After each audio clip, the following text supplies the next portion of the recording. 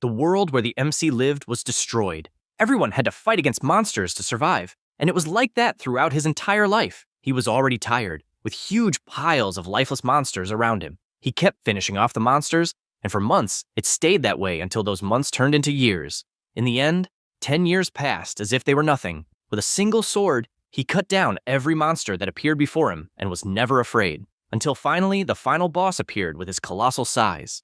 The monster commanded him to give up, since, in the end, the whole world had already knelt before the chaos. He did not let himself be intimidated by that, and the monster thought it was a waste of talent since he could become one of his elite soldiers. The MC found that funny, told him not to make him laugh, and charged straight toward the boss. The monster made the first strike and he dodged, but at the same time hit the mutant's fingers, who looked closely at the hero, who also stared back, but with an attack coming in his direction, and due to the speed, he got hit anyway. The monster finished his attack saying to resist as much as he wanted, since in the end, he was nothing more than an insect. The MC was wounded in various places, and retreated since he was thrown far away. He gathered momentum, and once again charged toward the mutant. However, this time, the boss just raised his arm and landed an extremely powerful blow that threw the hero hard to the ground.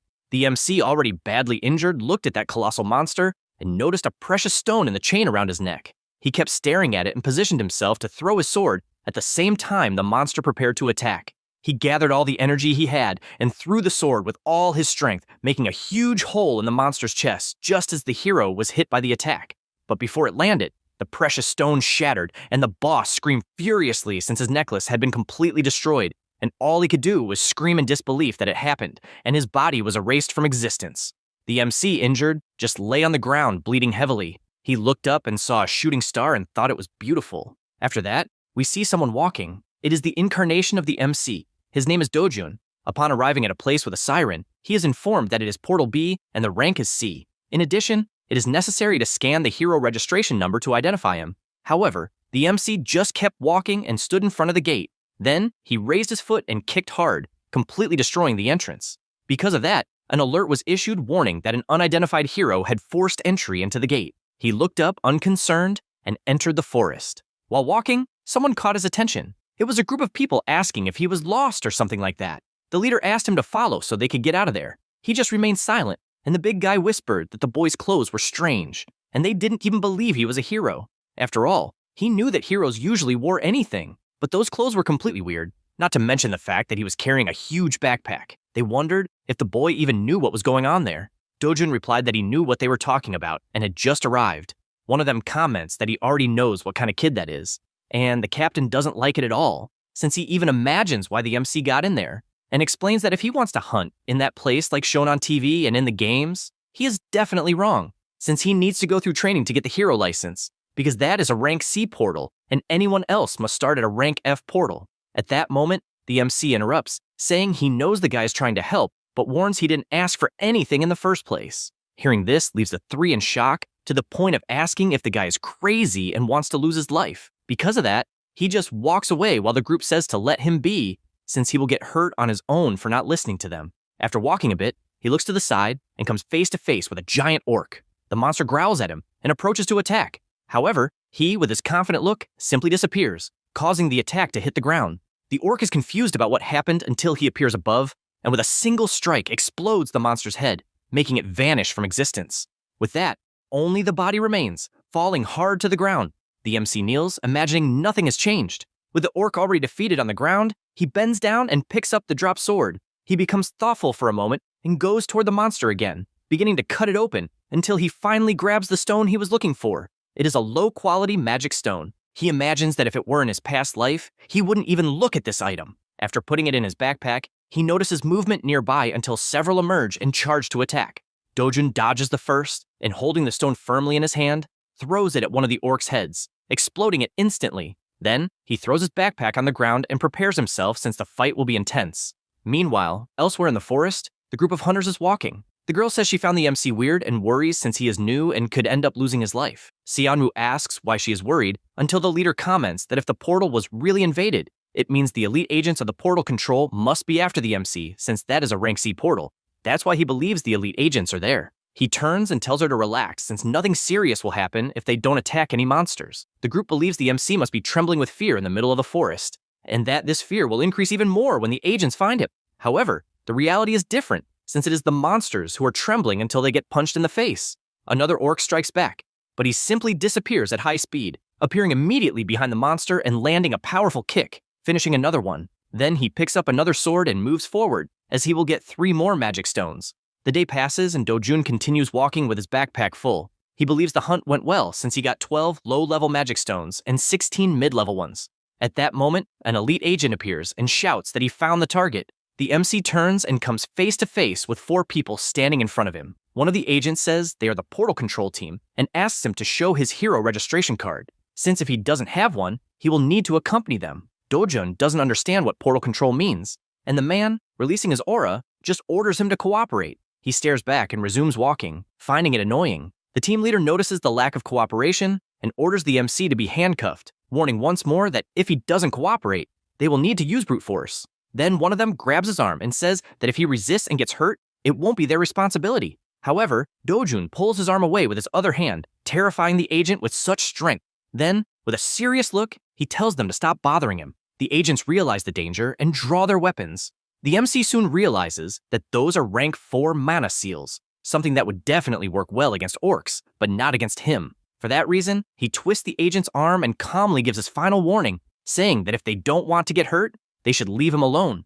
The agents attack, but Dojun blocks both weapons and dodges the head from one of the punches. Then, he prepares his leg and lands a knee strike right on one of their backs, and at the same time a precise kick to the other stomach, throwing him far away. The redhead, who was just observing, begins to worry about what he just saw. He fixes his gaze on the target, but notices it is disappearing, getting confused by what's happening, but it's too late since he receives a punch straight to the pit of his stomach that forces him to retreat. The MC calls his attention and asks if it's not a problem not to have a registration. The agent replies that it isn't, as long as he doesn't do anything illegal in the portals. However, he asks about the Rift Zone, leaving the agent scared. These are passages to other worlds where bizarre monsters appear, opening throughout the globe. The byproducts obtained from hunting monsters are used as new energy sources. For this reason, the places where the country completely controls the passages and confines the monsters are precisely the gates. And the places that have not yet become portals are called rift zones. Dojun questions that regardless of which portal it is, they will keep hunting him, using the excuse that he invaded a forbidden place or something like that. The agent agrees, saying that if an unregistered hero enters a portal without authorization, the portal control teams are automatically notified, and those closest will take action. He assures that it's not as easy to enter a rift zone as it is to enter a portal. The MC approaches almost instantly, questioning what should be done in this case. The agent, seeing that his head is about to be grabbed, can only think that he knew it would be problematic, and that he should have spoken to headquarters from the beginning, and with a single move, he is thrown far away. Dojun gets upset since he didn't think those guys were a big deal, and so he simply leaves, being insulted with every possible name by the agent. Now, a little about his death in his past life. He broke the stone that was in the monster's chain, and the monster screamed that it shouldn't have happened. He imagines hearing a loud scream at the end while losing consciousness and being sucked by something. He believed it was death since he thought it was coming to get him. Then, with his eyes closed, he slowly opens them until he realizes he is in a kind of freefall and questions who the person in front of him is. The boy introduces himself as Dojun and says he is losing his life. Because of that, he only asks that his wish be fulfilled so he can leave peacefully, but the MC just refuses, leaving him downhearted by this quick answer. He warns that he regrets nothing and that he fought desperately for 10 years only to be betrayed by his comrades in the end, and his land was being destroyed and all his friends lost their lives as well as his family, and he assures that even with all his efforts, in the end, life means nothing, and so he asks if the MC doesn't also feel the same way. Dojun responds that even though his life ends this way, he hoped that his grandmother and sister, who are still on Earth, wouldn't live like that. The MC sighs and says it's okay, asking him to say what he wants. He gets excited and tells his wish. Back to the present, there is the digital complex of Gasan, Gainshun in Seoul. It is currently called the Hero Complex, as the exchanges of gate byproducts have become far more numerous than information technology companies.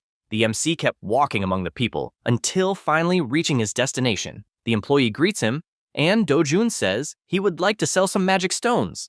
The man says he is in the right place, as they can buy them for the highest price in all of Korea. The magic stones are placed on the table, and the man is startled because not even the monster dirt on the stones was cleaned. Then he says he will analyze them and asks him to wait a little, offering coffee while he waits. He says it's all the same and starts drinking his coffee while the stones are analyzed. The buyer counts 12 low-level magic stones, 16 medium-level, and 5 high-level, and asks if he is aware of the 40% fee they have. After calculating, he says they will keep a total of 5,460,000 wons. Dojun goes to the counter and asks what kind of nonsense this is, since he did all the work and they still want to charge a 40% fee. The employee laughs and suggests the client doesn't understand how it works, since they usually charge a 45% fee and are giving the best possible offer. He says if he doesn't want to sell, he can just take his things and leave, since no matter where he goes, he won't find a better offer. The MC says he will do that and starts gathering his stones.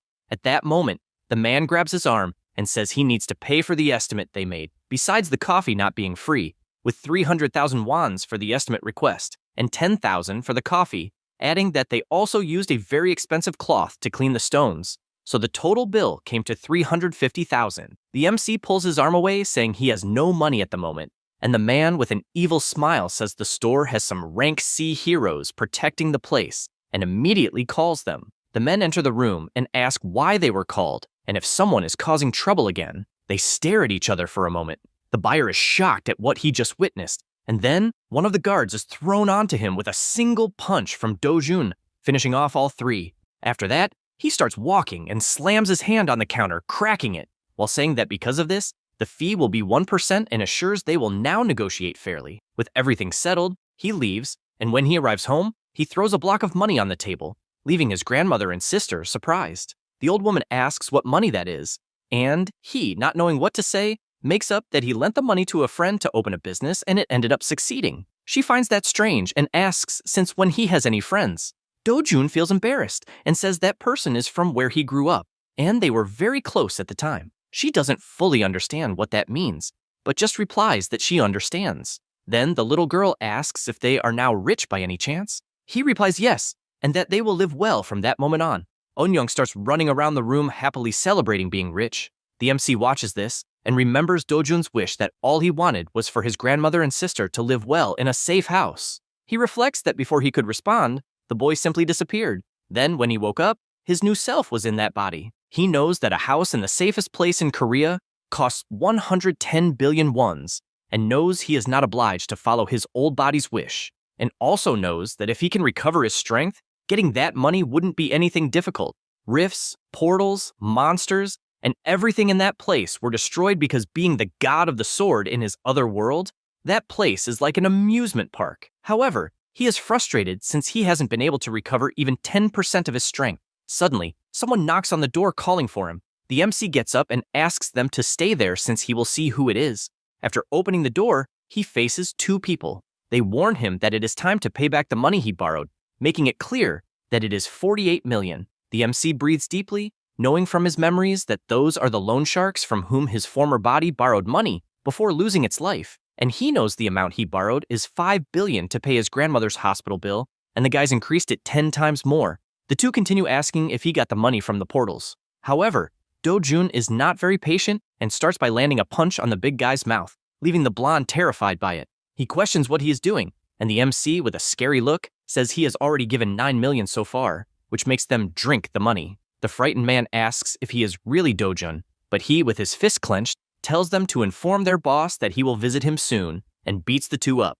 Hours later, he goes to the mall, and after entering the teddy bear store, his sister is amazed, asking if she can really have one of those. He replies that she can, and that she can have whatever she wants. Then he thinks that he has the memories of the former Dojun, which made him start having feelings, and even knowing it is just sympathy, he knows Dojun was kind to her, even being a half-sister. He wants at least to protect that feeling. Eunyoung chooses one and asks if she can take it. He sees she chose a very simple bear and hands her a bigger one, saying that, as he said, she can take whatever she wants. This makes the little girl extremely happy. After that, they go to eat, and while having their meal, the MC hears someone whispering his name. It was a woman accompanied by 2 men. She asks what is going on since he is dressing better, although still ridiculous, and asks who the little girl is, implying he got involved with someone like his mother. Hearing this makes Dojun extremely furious, creating a heavy atmosphere around, and Eunyoung only wonders who the woman is. He tries to control himself, and the woman, still there, looks at his sister and asks her name. Eunyoung answers, and the woman says she understands. adding that looking at her clothes, they must remain poor like his mother. Seeing that the MC does not respond, she asks if the cat ate his tongue. She realizes there will be no answer, and so turns to the little girl and asks if she knows the meaning of the word bitch. Dojun becomes increasingly irritated and says she is a woman as ugly as an orc and is looking for trouble. She turns around without understanding if she heard correctly and realizes she made him furious. The MC knows that the former Dojun was a bastard child who lived in poverty, and at 7 years old his mother died and he had to move to his biological father's house. He lived there for 10 years being neglected, and after his father's second wife had a son, he himself was completely rejected. He was abandoned again until he ended up at his maternal grandmother's house and lived with his half-sister, whom he had never seen before. With all these memories of his former body's owner, he wonders how he managed to endure all that until now, but knows it is okay since he will deal with everything. He goes to the woman and says, it's been a long time since he left her house, but she is still disgusting, and both her personality and appearance are worse than trash. Besides being as dumb as an animal, he emphasizes that this is why she walks around with an inferiority complex, bothering pretty girls, and still wanting to annoy an innocent little girl who cares about her own brother, finishing by saying she is a rotten person. These words draw the attention of the people around since he spoke out loud, and this makes the woman completely furious to the point of asking what he said. Suddenly, a beautiful woman appears, saying she hasn't seen Dojun for a long time. The chubby woman runs calling for her mother and crying, asks if she heard everything he said. She, furious, tells her to be quiet and questions how she can be so rude. Then she smiles and asks Dojun how he has been and that he should have visited her someday. The MC knows that she is the fakest of all since she was the one who tormented Dojun the most over the years. So he interrupts her saying she is disgusting, also asking who she thinks she is to speak so familiarly and tells her to go to hell. The woman is left speechless and just turns to leave. As she leaves, she wonders if that is really the Dojun she knows since he was a boy who always lowered his head and ended up getting beaten for no reason, and everyone leaves. The MC realizes the mood was completely ruined, so he calls his sister to leave. He reflects that the old Dojun who endured everything silently no longer exists, and therefore everyone should get used to it. After that, inside a moving car, the chubby woman asks why they left, since they should have finished Dojun off at that restaurant. The woman calls the secretary's attention and asks why Dojun is still alive. He gets worried seeing his boss is serious and replies that the report said they left the boy in front of a portal. She starts screaming, not understanding why he is still alive after being left in front of a portal. The girl gets scared by the conversation and asks what it means to be dead. Her mother stays silent, her daughter starts yelling what she did, and if she tried to take Dojun's life. At that moment, the mother asks if she likes him, making the girl blush, saying it's not that, but only because if her grandfather and father find out, it will be a big problem. Hiju grabs her daughter's face and, furious, tells her to shut up because she will take care of everything. Lucia is terrified seeing her mother's expression. All the woman could think was that she will end the MC no matter what. 10 years ago, a rift zone appeared and the monsters that emerged started finishing off people. The world was in complete chaos, but with the appearance of heroes, the chaos was quickly resolved, and the core stones inside the monsters served as a new energy source, and countries focused on turning the rifts into controlled portals. So, the entire industry is based on heroes and portals. The conclusion is that to make money, you just need to become a hero. The MC arrives at his destination and starts walking until he enters the establishment. He is greeted by a man smoking who asks who the hell the boy is. After finding out who he is, he puts out his cigarette and asks if he really has the nerve to show up there after messing with his gang. Dojun says that the more he thinks about it, the more he believes he messed up, so he wants to be compensated for the mental and physical damage they caused. The man becomes thoughtful since he knows the MC was just an idiot, but suddenly changed and is full of attitude against strong guys. And judging by how he took down some of his gang members, he believes he must have awakened. The man stands up and says that apparently the boy achieved something cool and changed, and asks if by any chance he knows what happened to other idiots who also awakened and showed up there full of arrogance. At that moment, several other men appear and approach the MC. The leader warns that they all kept complaining and ended up in rank D, and he himself has several rank D heroes there to shut the others up. The MC, who was silent, tells the guy to sit down, making it clear they haven't finished talking yet. One of the henchmen asks how he dares to talk like that, and he, without much talk, punches the guy in the face, throwing him to the other side of the room. Then he hits the second and the third, asking if they are nothing more than loan sharks, since he believes they also know how to forge IDs. While beating up the gang, He says he will need more money and therefore will need a fake ID. The last gang member tries to land a punch, but it's useless since the MC dodges and attacks, ending up knocking out all the members. The MC orders a perfect fake ID without any mistakes and makes it clear he wants it by the next day. Everyone in the room is terrified, and the leader tries to understand what is happening since the power he just witnessed is not rank D, and he considers if it's rank C, although he really believes he might even be rank B. Dojin asks if he's not going to answer, and the leader shrinks, saying he understood. The MC approaches, saying he has more to say, and with a scary expression asks if by any chance that bitch Hiju sent them to kill him. The man starts sweating cold without saying anything, but this only makes Dojin squeeze his clavicle until he screams in pain like crazy and finally admits yes, she ordered him to kill him. He explains the woman asked to pile debt on the MC until he couldn't take it anymore to the point of taking his own life. The MC thinks about it and asks what he means by taking his own life, since they threw him in front of a portal. The leader, trembling, asks what he means by portal and says he has no idea what he's talking about and even swears he's not lying. He keeps begging since he's telling the truth,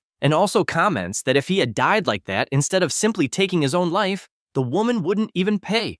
The MC thinks about it since it makes sense and says the name Cheol Wu, warning that he wants all information about this guy by the next day since that is the name of the one who dragged him to the portal. He says this and leaves.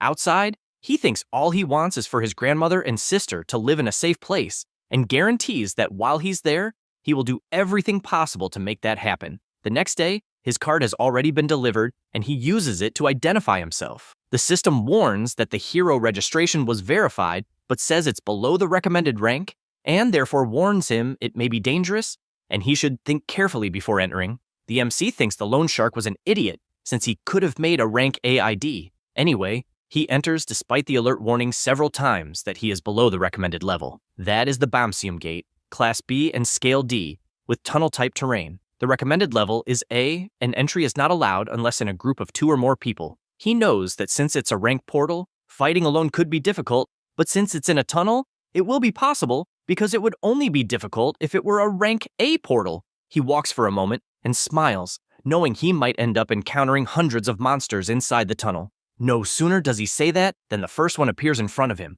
He gets excited since he liked finding one right away, and even with the monsters charging at him, he manages to finish them off while collecting their stones. One of them opens its mouth, showing its long, venomous fangs. He is aware that it's the black-fanged snake that can cause paralysis with its venom. Because of that, he runs and, after positioning himself, unleashes several attacks on the monster until he splits it in half. He notices that the venom landed on his glove and laments it, as he basically threw 300,000 one away. Then he hears something and notices more snakes approaching. However, that's nothing, as he starts finishing them off one by one, with their goo being splattered in all directions until he finally defeats them all. He digs his claws into the snake and finds it strange that there's no magic stone. Only then does he reflect that, if it's like in his old world, the drop rate for magic stones from the black-fanged snake is still 3%. Because of that, he continues on his way, as it means he'll have to finish off at least 100 more of them. After reaching another room, he comes across skeletons on the ground, and looking ahead, realizes he's finally facing the boss. He throws his backpack to the ground, confessing that he wasn't sure which path to take, but it turned out fine, and he charges in for the attack since he wants to finish quickly and leave. After landing a punch, he notices something strange, as his attacks weren't strong enough, and due to that distraction, the snake uses its tail to strike and throws him with full force against the wall. Then it charges in to devour him, but he jumps back in time and, after repositioning himself, charges in again, landing another powerful punch. This attack makes him conclude that this monster is on a much higher level than the ones in the tunnel and has much tougher skin. He tries to think of what to do and laments that if he had his full strength, that snake wouldn't be more than an insect. Then he looks to the side and sees a sword stuck in the ground from heroes who lost their lives. He observes it for a moment and picks it up, as despite being worn out, he has no other option. Besides, he knows it doesn't matter how old a sword is, since what matters is who's holding it. The boss wastes no time and charges in, but Dojin jumps and, already in the air, tells it to consider it an honor to be finished by him. Then he grips the weapon firmly and delivers his powerful slash that lights up the entire hall. After this attack, he stays silent for a moment and realizes that even though he defeated the boss, the sword also broke, and it would have been bad if he had missed. He goes to the monster's body and starts checking for items, and removes one of its fangs, as despite being small, it can be used as a sword and, if properly refined, can even be useful. The MC doesn't complain, as the job pays much better than a normal one anyway. Having finished everything, he leaves the portal and realizes it's already nighttime, so he ended up spending more time than he thought. He thinks he needs to recover his strength soon, and he's also happy that his colleagues weren't there to see him like that. Meanwhile, elsewhere, a man shows the stones he obtained during his mission. The buyer confesses that he got many high-quality magic stones and says the fee is 40% as usual. The man is outraged, questioning if the fee isn't too high since he is a loyal customer and wants to know if he could get a discount. The buyer, counting the notes, replies that their fee is the lowest in the market and adds that the basic fee at the portal center alone is 5%. And since they don't record the transactions, they don't even charge an additional fee. He hands over the money, saying they consider all these things so heroes can get the best possible profit. The man starts counting the money, agreeing with what was said, and asks the buyer what the hell happened to his face since it's all beaten up. Mark says a crazy guy came in and hit all the guards, and he himself got caught in the middle. The hero says he understands and comments that they probably let their guard down since the guards are rank C, and also suggests looking for guards based on skill, not rank, since ranks are just a government convenience. But in the end, what matters is skill. Then he says there is a difference between a guard who just got his license and a hero who hunts monsters and risks his life. The seller gets fed up hearing this, just wanting the guy to leave instead of babbling. The man says they may not have known each other for long, but asks to be called if needed and leaves. Passing by the MC who was arriving at that moment, Mark panics seeing who just came in and starts shouting to the hero that the one responsible for the damage on his face is the boy in front of him. The man stops before leaving and asks if he's sure, saying he's tall and even handsome but doesn't seem capable of that. Anyway, he starts intimidating the MC, asking why he caused trouble there since a true hero can't be beating innocents, and asks if he doesn't know his duty is to protect civilians. The seller gets excited knowing the guy with the hood is a veteran hero of 7 years. However, Dojin turns around and tells him to shut up and get out of there. This makes the man furious and Mark happy since things are about to get rough. The MC asks if he wants to take revenge or something. He gets angrier until his veteran intuition kicks in, aware that the main cause of heroes' deaths isn't monsters, but fights with other heroes. Because of that, he turns and says he's leaving since he's a bit busy. Now only Dojun and Mark remain inside the shop, and he asks if there's anything else to complain about. All that's left is to hang his head until the MC throws his backpack full of magic stones. He starts calculating the amount and can't believe it since there are many high-level magic stones, and he doesn't know who the hell that person is. He starts adding everything and, looking at the stones, says it totals 150 million wands. Dojun imagines he hunted all day, and the stones are only worth 150 million and tells him to pay quickly. Mark says he still needs to deduct the fees, but sees the sinister look in front of him and wonders if he said something wrong. The MC smiles, saying there is really 1% fee to deduct, and asks for 148 million wands after that deduction. The boy gets furious wanting to punch the MC since the commission is 40%, but that's only in his head since he's not crazy to do that, and just says that for transactions above 100 million, he needs his superior's approval. Dojun, with a serious face, orders to get the approval quickly. The seller starts fiddling with his phone to contact his superior to explain what's going on, but without noticing the phone is taken from his hand, and Dojun, losing patience, tells his superior to send the money immediately if he hasn't understood. The man shouts through the phone that he understands and tells to return the phone to the employee. However, what he does is throw the cell phone against the wall and still says it's to get the money quickly, since, as he heard, the superior said he had understood. Mark is shocked seeing the destroyed cell phone beside him and immediately grabs all the money from the magic stones. With that resolved, the MC leaves saying it's always very good to do business there. However, the seller is upset since nothing good happened. 10 minutes pass and someone enters the shop. It was the owner of the establishment asking why the phone wasn't answered and wanting to know what strange call that was earlier. Mark just tells his boss he's quitting and, showing the condition of the cell phone, says he can't take it anymore. The owner of the place looks fixedly ahead in the boy's direction, immediately takes his phone, and calls his emergency contact, saying he needs them to show up at the shop immediately. The woman replies she understood and keeps walking, being an attraction to all because of her beauty, leaving everyone amazed. She doesn't waste time and soon arrives at the shop and enters to be attended. Mark is shocked since he recognized her instantly. She asks him not to react like that since she's an ordinary person. However, All he can imagine is that she is the 4th rank S heroine of Korea, and, although he knows little, he knows she is the niece of the shop's boss and doesn't understand what she's doing there. She soon asks if there is a hero causing problems in sales and giving her uncle a headache, and, after sitting down, asks to hear everything that happened. Meanwhile, elsewhere, Do-jun is meditating in his yard. He imagines he has been hunting all day and hasn't made much money and knows he needs to start entering rank S portals soon. For that, the most important thing he needs to do is recover his power. However, unlike the world of his past life, the atmosphere in that place is scarce. And even though he keeps absorbing all the time, he thinks it will take about 3 years. Then he thinks it would be interesting to get great equipment, but knows that, unfortunately, in that place, even junk equipment costs way too much. At that moment, he feels something and immediately yells to his sister,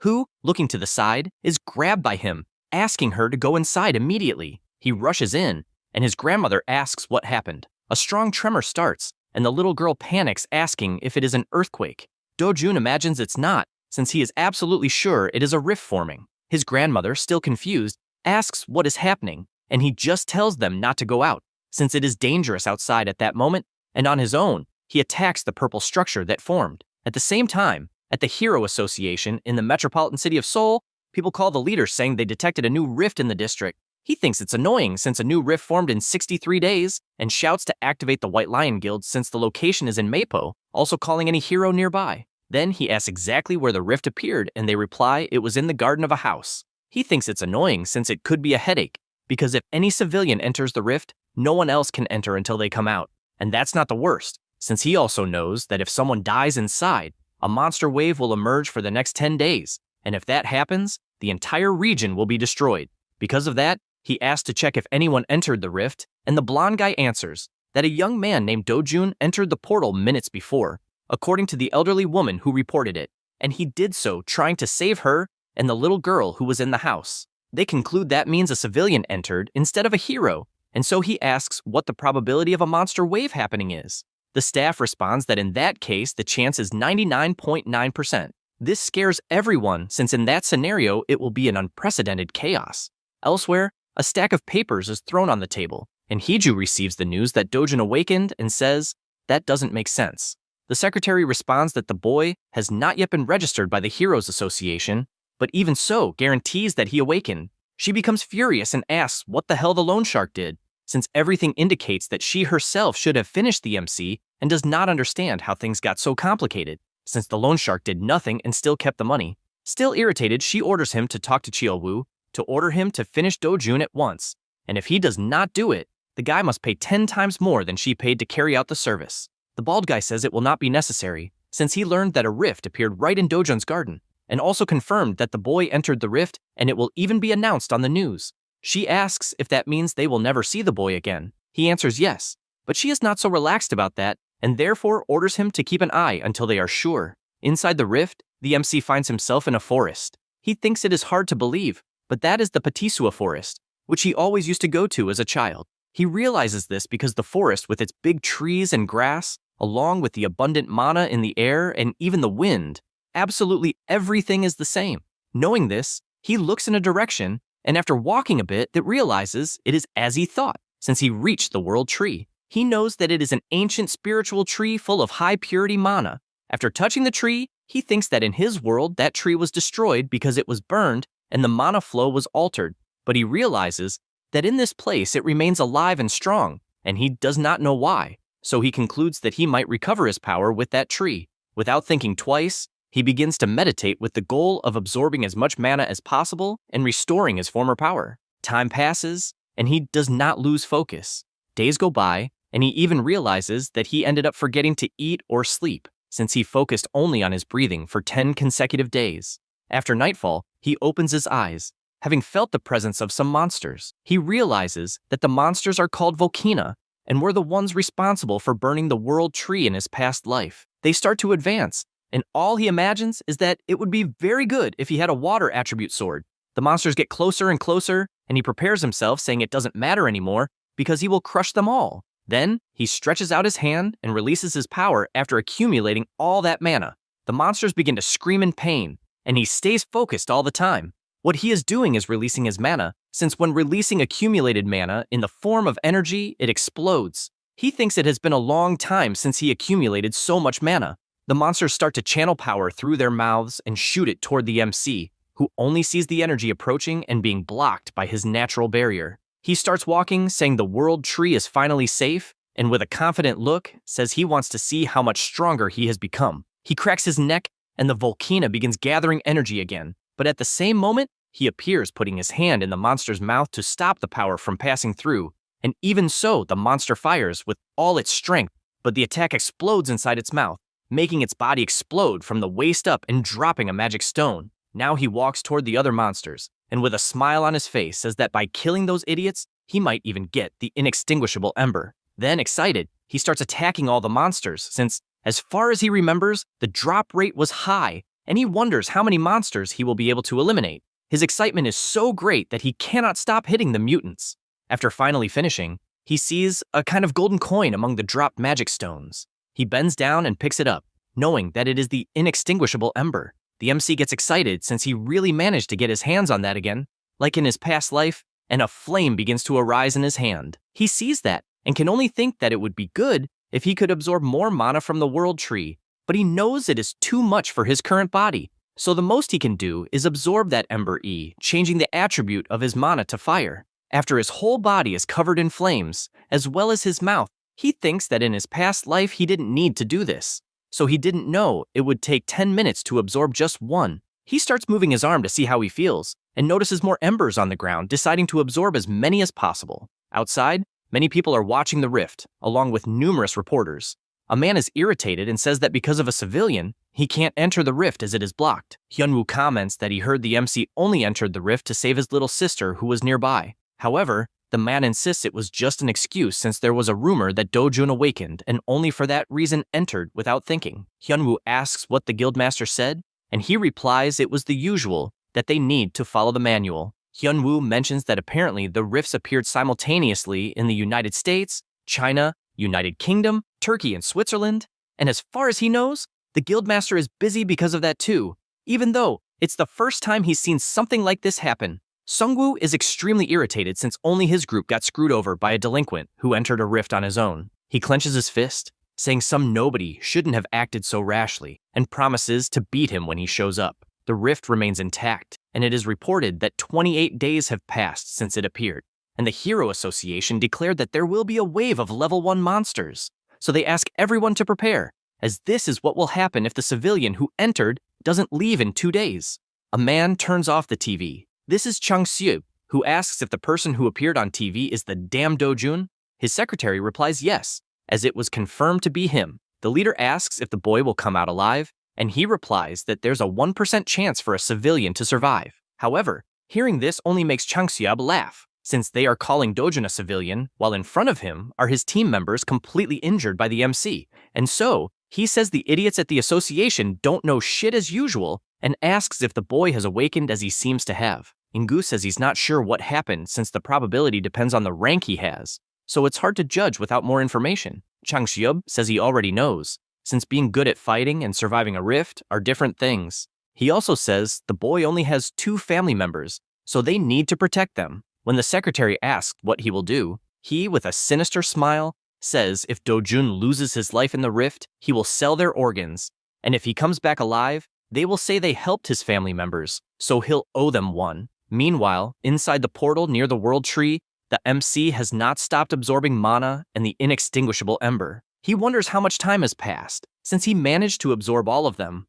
Now he can use his mana with the fire attribute as he wishes, and his resistance to fire has also increased absurdly. He reflects that the fire attribute alone already puts him at a higher level than when he was called the Sword God. He places his hand on the tree and gives thanks, since both in the past and in this life it has helped him. Then he starts gathering the magical stones on the ground and says he probably won't see her again, but promises that if she is in danger again, he will protect her no matter the cost. Back in the world, already at night, Dojun finally leaves the rift. He notices there is no one within a 1-kilometer radius and wonders if the evacuation was because they expected the monster wave. However, in another direction, he senses an aura and runs to check what it is. He sees 2 people talking and starts thinking that by their clothes they are heroes waiting for the rift, and knows that if they catch him, it will be a problem. Then, he creates a ball of flames in his hand and throws it into the air. The fire heads toward a house and, upon impact, explodes, causing everything to catch fire. The two panic, asking what that noise was, and immediately start moving toward the fire. As they get closer, they realize the fire has already spread throughout the whole house, and they don't understand why the hell that place caught fire out of nowhere. The MC, who is watching from afar, imagines that his accuracy was very good and, looking at his hand, remembers his friend, since he was the strongest mage on the entire continent and would undoubtedly be amazed if he saw that power. At that moment, something catches Hyunwoo's attention, who, looking to the side, comments that the rift looks strange. It starts disappearing little by little, and the two keep running at full speed. As they get closer, they are shocked because the rift simply disappeared right in front of them. Meanwhile, the MC keeps walking, happy with the result he got. The next day, it was announced that the new rift that appeared in the Mapo district disappeared early in the morning, and that it had been exactly 29 days since someone entered the rift, and the Heroes Association, which was preparing for the waves of monsters, was surprised to witness such an unexpected phenomenon, which led them to start an investigation. They also announced the inexplicable fire that occurred near the place where the rift was. People gossiping whether the boy who entered the rift lost his life, thinking it was more than deserved, since one should not do that alone. The MC just walks by observing that conversation and continues on his way, imagining that if the rift disappeared, then no one else will be able to see the world tree, and, although he thinks it's a shame, he feels relieved. He finally arrives at the place he was heading to. Inside, two people are talking, and the smoker says that if the MC lost his life, then it's over for the old woman and the little girl. His colleague agrees and also comments that their boss, being a civilian, will make a lot of money. The smoker said the old woman doesn't have much to enjoy, but thinks the little girl will grow up to be pretty, and believes the boss is looking for something to do with her at that moment. At that instant, someone calls for them. It was the MC with his terrible aura, asking where their boss is. At that moment, a car stops in front of the place and a person gets out. It was Chang Seob, accompanied by his secretary. He laughs, saying that now that Dojun lost his life, he can sleep in peace, and asks what's on his schedule that day. Ingu checks his notes and says he has lunch scheduled with CEO Bark, and after that, nothing in the afternoon. He asks if that's serious, and orders to ask Madame Kang to visit him that night, besides arranging some new girls for him to have fun with. They start going up the stairs until they are shocked to see one of their subordinates getting beaten up. He freezes at what he's seeing since another subordinate was defeated in moments. He realizes who the person in front of him is, and the MC, with his evil look, comments that apparently a dog was messing where he shouldn't. Chang Xiaob can only tremble in fear before that aura. Dojun puts his feet on the table and asks if he has gone deaf. Chang Xiaob is on his knees while the MC is sitting until he orders him to bark, since he doesn't think a bastard like him should be treated as a human. He obeys and starts barking as if there's no tomorrow. Their subordinates stand with their backs turned, unable to do anything, just listening to what's happening. Dojun approaches and orders him to bark louder, and accuses him of pretending to be an ally, but as soon as he saw an opening, stabbed him in the back. Then, he gets closer and asks if he really thought he wouldn't know how to deal with an idiot like him. Chang Xiaob crouches immediately, begging for mercy, saying he will serve as a loyal dog from that moment on. Dojun kicks him in the mouth, throwing him backwards with his head on the floor. Then he calls the secretary and says he will be the new boss, ordering him not to work like a dog for a guy who isn't even human. He also says he will probably like getting rid of trash like Chang Xiu, and therefore gives permission to do so. The Four Eyes starts to sweat cold until he crouches down, warning that their boss has many connections, and that if he himself suddenly becomes the boss, he believes people will find it strange. Therefore, he asks to give the leader a chance. However, the MC questions why he is acting that way, since he knows he is an expert at putting people in barrels and throwing them into the oceans, or even crushing them in a junkyard. Then he assures that if he does not want to help, he himself will throw their leader into a portal to become monster food. Chang Xiao bows once again, begging for a chance, and saying he will work until the day he loses his life, and everyone keeps begging for that. Dojun finds it annoying since it would definitely be better to cut that guy off to avoid problems in the future. He sighs and says he will see if he has become more emotional. Then he stretches out his hand to greet the leader, who becomes extremely happy for the chance. He apologizes for everything he did and assures he will serve very well, but soon he notices something strange and realizes his hand is on fire when grabbing the MC's hand. Dojun stares and warns that this will be the last chance he gets, and with a simple pull, he rips his hand off, turning it to ashes instantly. Chang Xiaob screams wildly in pain, and the MC just looks back and gives a final warning, making it clear that if he sees anyone touching even a finger of his family again, everyone there will lose their lives. Then he orders to protect them responsibly 24 hours a day, or they will also die. With everything that happened, Dojun was officially considered missing along with the rift. The government, the Hero Association, and all kinds of newspapers and media are treating him as if he were already dead. He knows that if people find out he returned,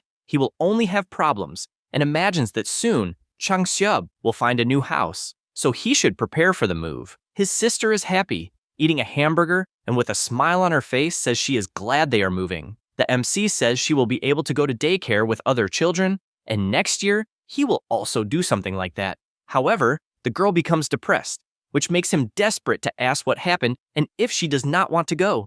Eun-young replies no, because the others tease her saying she has no father or mother. He gets irritated by that and says if she does not want to, she does not have to go since she can go straight to school the following year. She is happy to hear that and asks if it is true she does not have to go to daycare. He says yes, but angrily thinks he should send her to an elite private school since that way no one would bother her. Then he remembers moments before. In another place, the MC meets with the Four Eyes and asks if he by chance left a lady with a child in a motel, and if he has any idea what he is doing. He, worried, replies that the motel is part of their company, so in terms of security, it is the safest place possible. Then the MC goes to his family, and his sister runs to him happy to see him. His grandmother takes his hand and says she is very happy to see him alive. The same goes for his sister, who could not stop crying saying she is glad to see him well. He watches that and smiles, saying everything is fine. Back to the present, the girl asks if by chance he's also a hero. Dojun asks if she would like him to be one,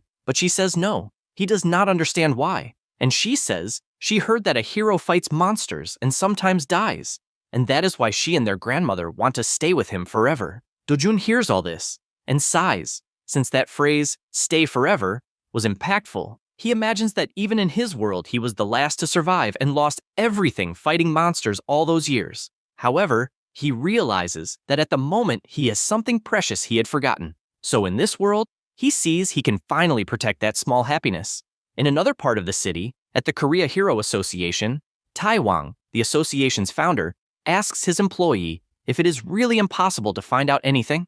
She apologizes and confirms, since they really found nothing. He says it's frustrating because if a rift can disappear so easily, it means it can also reappear out of nowhere. She responds that that's exactly it, and that this kind of variable is very dangerous and she doesn't understand how it didn't trigger a monster wave, since she believes it would have been easier. However, he orders her to speak carefully, since considering the people's safety, it was the best possible outcome. He is one of the 100 most respected heroes in the whole world. If he ran for president of Korea, he would easily win, and they say he could have conglomerates if he wanted. However, he is someone who doesn't care about the government or wealth, only about the people's safety and containing the rifts. He asks to take as much time as needed to investigate, and his secretary replies she understands and says that the lady who lived near the rift sold the house. He thinks that's cool and asks to make sure they offer a price well above market to be fair, and if he could offer some support for losing a family member, that would be good too. He goes to his computer and soon notices something,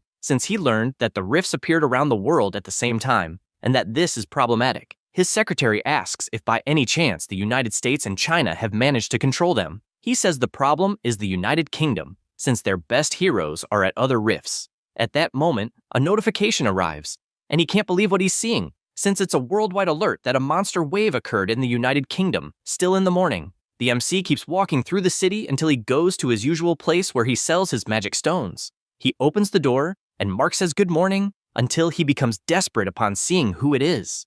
Immediately, he starts yelling at his manager that this is the troublemaker. The owner closes the newspaper he was reading and stands up, asking if this is the person who abused their goodwill while he was away. Dojun replies that it's the perfect time for the owner to be there and says he has many magic stones to sell that day, so he wanted someone with more authority to handle it. He says this and throws his full backpack on the floor. The man sees this, imagining it must be full of low-level magic stones like last time, and says they won't do business with him anymore, so he asks him to leave. The MC asks why not.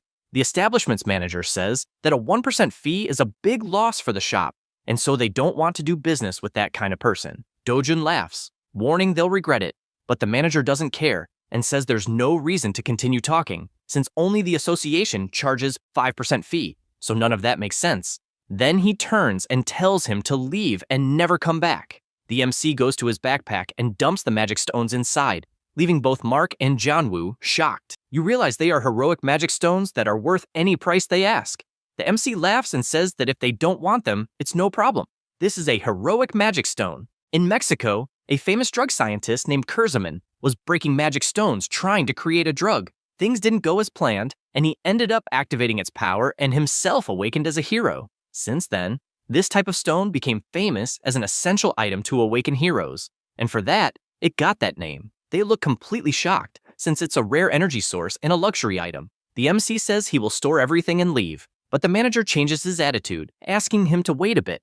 Mark, having nothing to do, starts cleaning the magic stones while Do-jun keeps drinking iced tea. Janwoo, trying to negotiate, asks if he doesn't think 0.5% is too low. He says if he doesn't like it, forget it. But the shop owner says that's not it. He was just curious why he changed it to 0.5%. He replies it's because he annoyed him. So immediately Janwoo bows, begging for forgiveness, saying he wasn't thinking clearly. The MC, without much talk, tells them to stop wasting time, since he wants the answer, if they will accept or not. Mark watches from afar, thinking the MC is an ignorant bastard.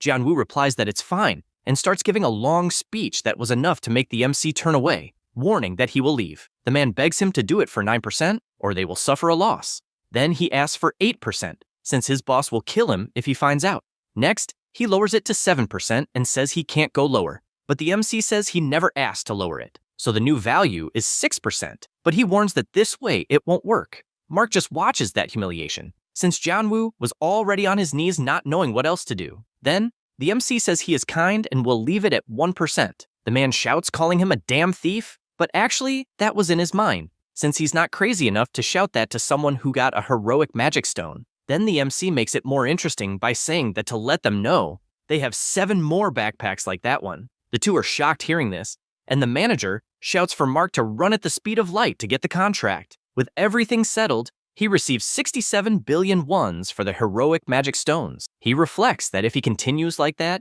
he will manage to buy the house that costs 110 billion. However, he knows it's not possible to get all that again with the portals, and all he wanted was to be able to enter a new rift. Suddenly, the phone starts ringing with an alert, and the manager asks if it's a monster wave. However, it was just an administrative alert from the Ministry of Foreign Affairs warning about what happened there. He is intrigued by this. Then, he said that useless and unskilled people are pathetic. He keeps walking, imagining that if it had been in another time, he would have run to the rift, no matter the country or association, but he is sure he will not live like this anymore. After that, he goes to a restaurant with his family for a banquet.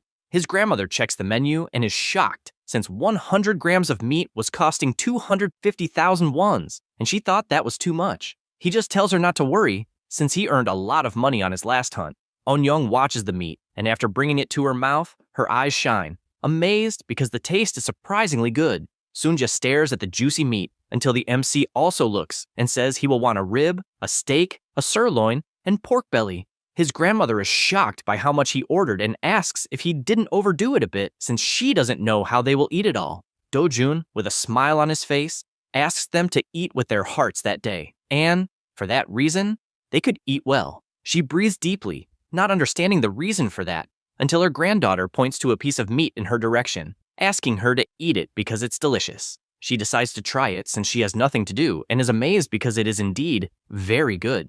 Everyone continues eating and having fun. At that moment, Jo-yeon enters the restaurant and starts walking between the tables until she reaches the MC and calls him. She asks if they could talk a little, already stating that he is a hero. However, she is interrupted when he asks if she can't see that he is eating with his family, and if she has business to discuss, she should talk to him after he finishes the meal. She processes what she just heard and, irritated, wonders if he has no idea that she is Jo-yeon. Anyway, she replies that it's all right, not understanding how someone could talk like that, then goes to the waiting area. People can't believe it, seeing an S-rank heroine sitting and waiting, besides knowing she is easily one of the top 10 most beautiful heroines in the world. They whisper, wanting to know who is the person that would make her wait.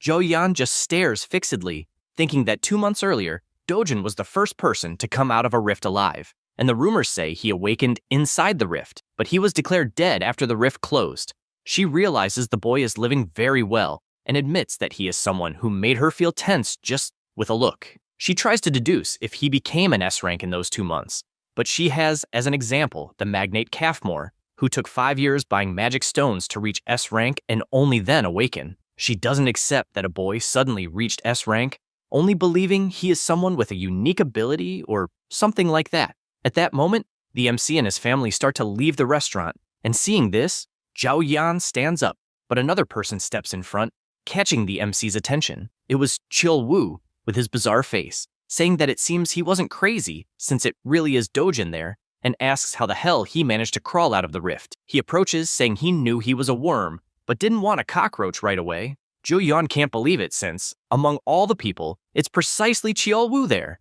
and she doesn't understand why. However, the MC just looks away and calls the S rank, asking if she wanted to talk about something. The big guy also looks to the side and sees that it really is Zhu Yan there and asks what the hell is going on. Dojin replies that he has something to do and asks her to help his family this time. She asks what kind of help, and he says to just call a taxi for them to go home, and then, with his intimidating look, says he will be busy since he remembered he forgot to collect a debt, leaving the big guy excited.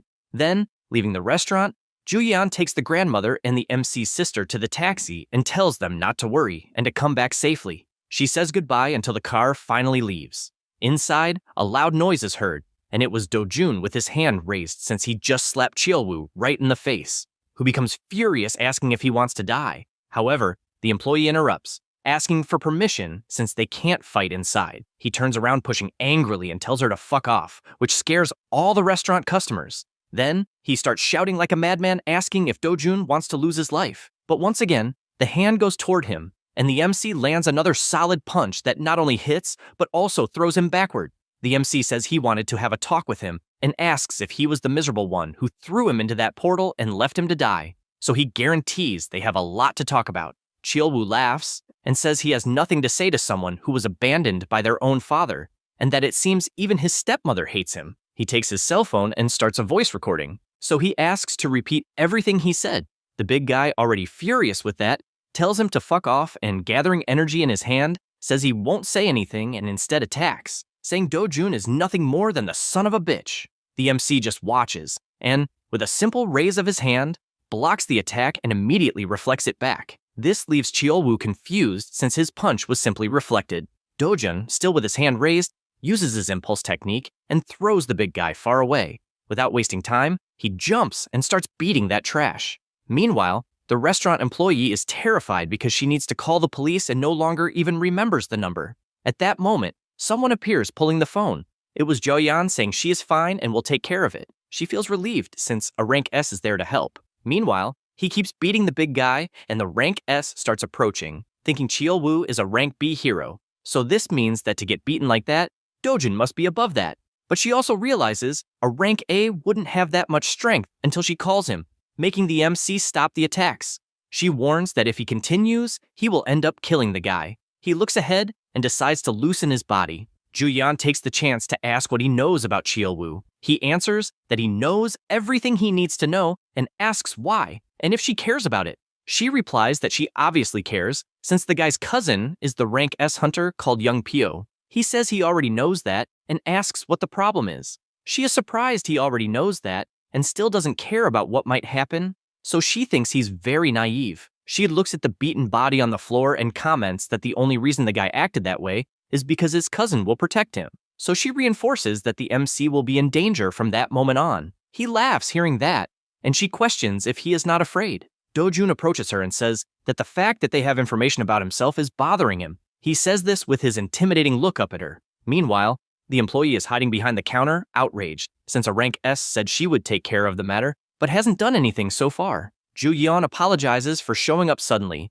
and explains that her uncle asked her to do this since he reported that he went to the store to sell some magical stones and wants her to sell them. She asks how many, and she replies that she will buy all that they have. The MC finds this interesting and says that he has many. She responds that it's not a problem since the benefits of an S-rank hero go beyond his imagination. Looking at the defeated body on the ground, he explains that it's not that he doesn't want to sell, but that there is a condition. She asks what it is. and he says it's nothing serious, especially for the famous Ju Yan. Elsewhere, someone breaks a bottle on the floor. It was Heju, upset because it was reported that Dojun had lost his life in the rift. Her secretary says he is sorry since even the association thought he was dead. She says she doesn't want to hear excuses and asks how he will handle this. He says he has something to say first and explains that the boy defeated Cheolwoo, but she is shocked, even when the secretary says that apparently Dojun knows something after defeating Cheolwoo. She starts to sweat coldly because if her father or husband finds out, she will be in trouble, and even though she knows she can handle it, she is afraid it will leak to the media and affect her company. Because of this, she instructs not to let it leak to the public, since they will end up losing their sponsors, and that the police must be silenced first. He reassures her by saying that all the newspapers and police have already been silenced. She sits more relieved knowing this. Then he approaches and whispers that it won't help much anyway, since Cheolwoo is Youngpyo's cousin. She is surprised to learn this. Cheolwoo has always been known as trash among the heroes, and as far as people know, Youngpyo cares about his cousin. However, the blonde is just a pawn used to do the S-Rank's dirty work without getting his hands dirty. The secretary says that even for someone important, it would be bad if the police and reporters got involved. She orders a meeting to be scheduled as soon as possible since they need to meet with him and asks about Chang-seob and if he really betrayed them. He answers yes and explains that they are even taking care of Dojun's family. Heju is outraged by this, ordering a call to Mr. Park since they will make Chang-seob pay for betraying and switching to the MC. In another place, several heroes are gathered. There are 37 rift zones in Korea. 5 of them are turning into portals, while the others are under the care of the Hero Association. Juyeon hands over her card, which is immediately confirmed. They go to the entrance, and Dojun, who is also accompanying the mission, imagines there is only one entrance. And even though Juyeon is a famous S-rank, her identity was still verified.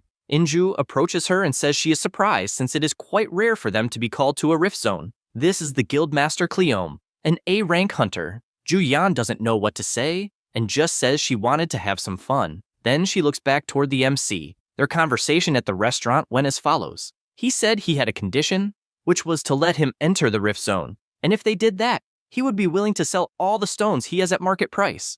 And the reason for wanting to enter was that he would make more money in the rift zone. She thinks about this since it is too crazy to enter such a dangerous place just for money. She imagines that he doesn't care since thanks to him, she got a heroic magical stone. After they pass the entrance, Inju asks her to be honest and asks who the guy on the mission is. She replies that he is just an acquaintance.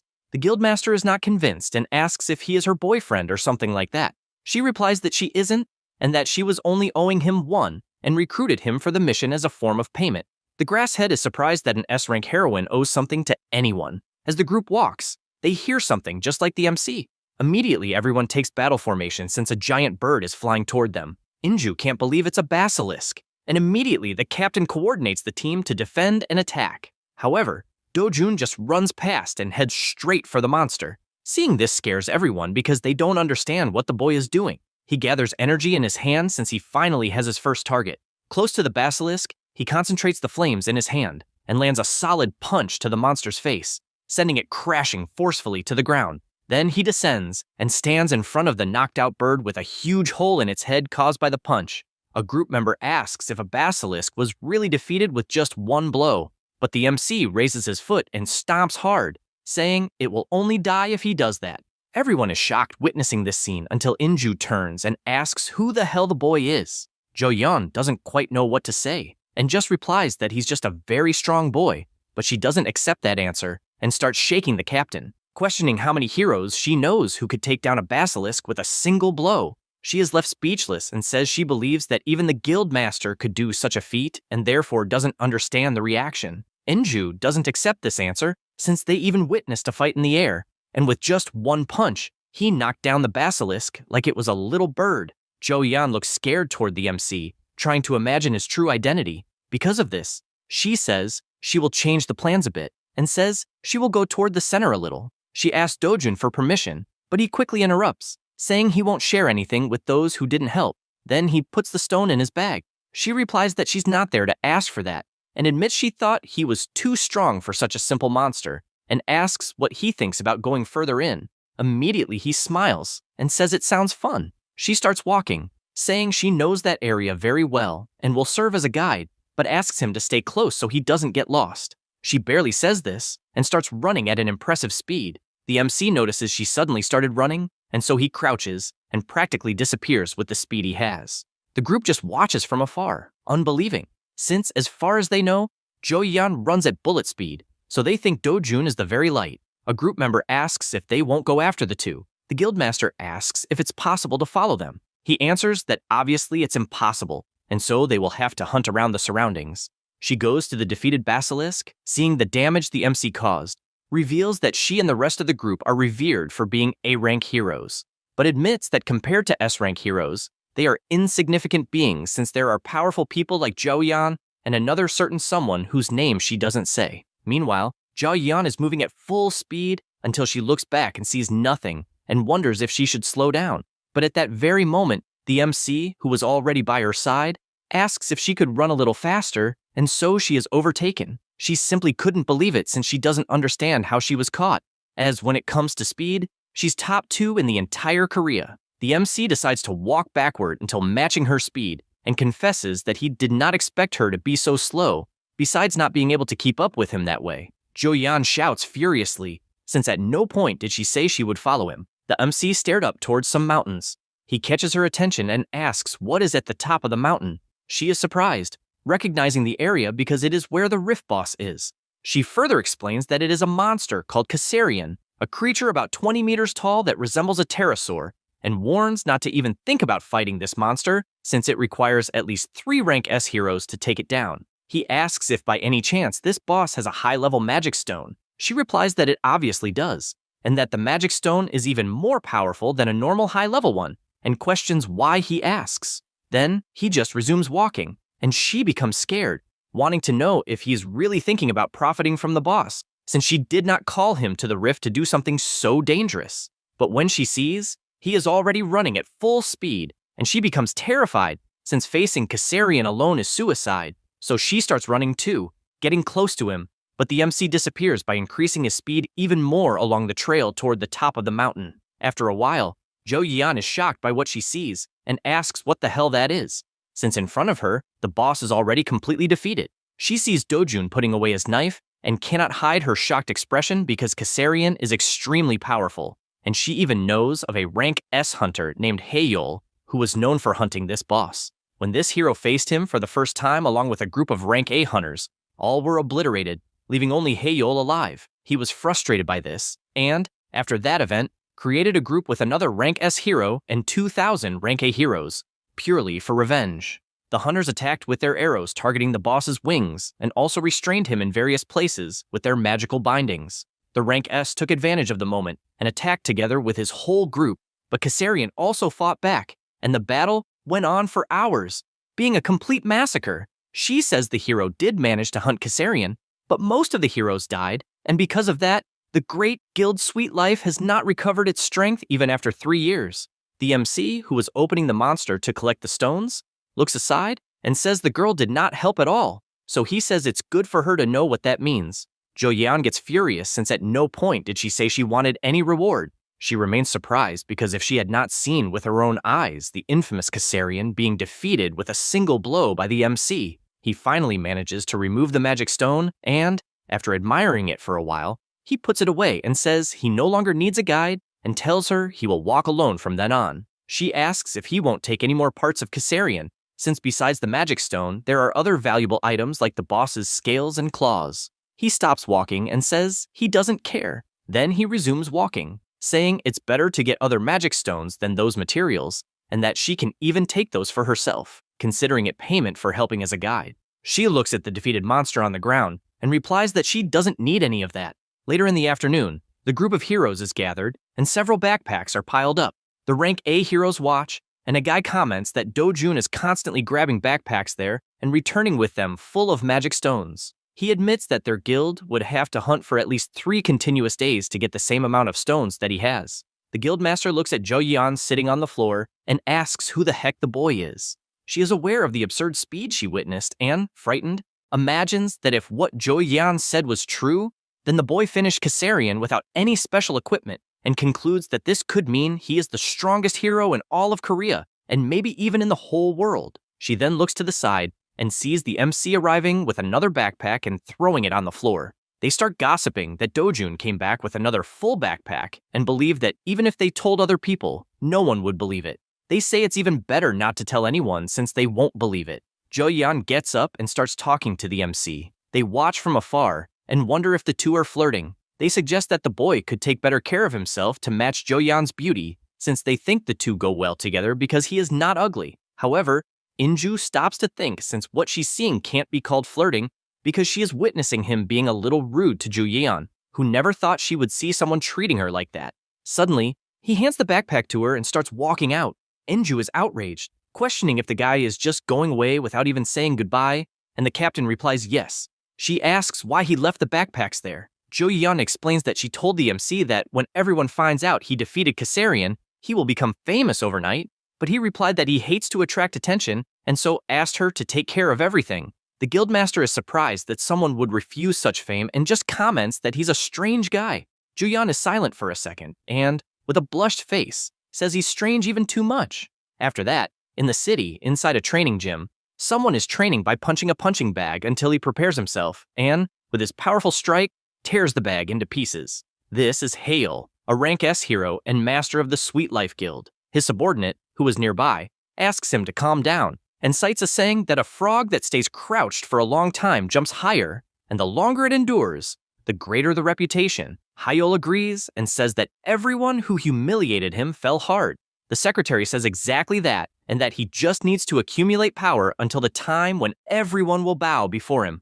Then he mentions Kassarian, saying that no one knows the monster better than him, since he believes that one day he will be known as the hero who defeated Kassarian with the fewest people possible. The guildmaster grabs the water bottle and starts laughing since, in fact, no one knows that monster better than himself. However, he comments that compared to 3 years ago, their guild's fame has dropped a lot, but assures that it doesn't matter who goes with him, since he is sure he can finish it. The man replies that it is exactly as he said, since there is no one who could do such a thing. Elsewhere, someone is looking at the MC's file. It was Young Pyo wanting to know if it was the said Dojun. His subordinate replies yes, that it's the boy whose cousin left him in a portal to die months ago, and even so, he survived. The boss asks for more information, and he explains that the client is Heeju, executive director of Group T, and is even the second daughter of Group W. Young Pyo concludes that the woman is rich and wonders why the heck she wants the boy dead. He explains that from what he heard,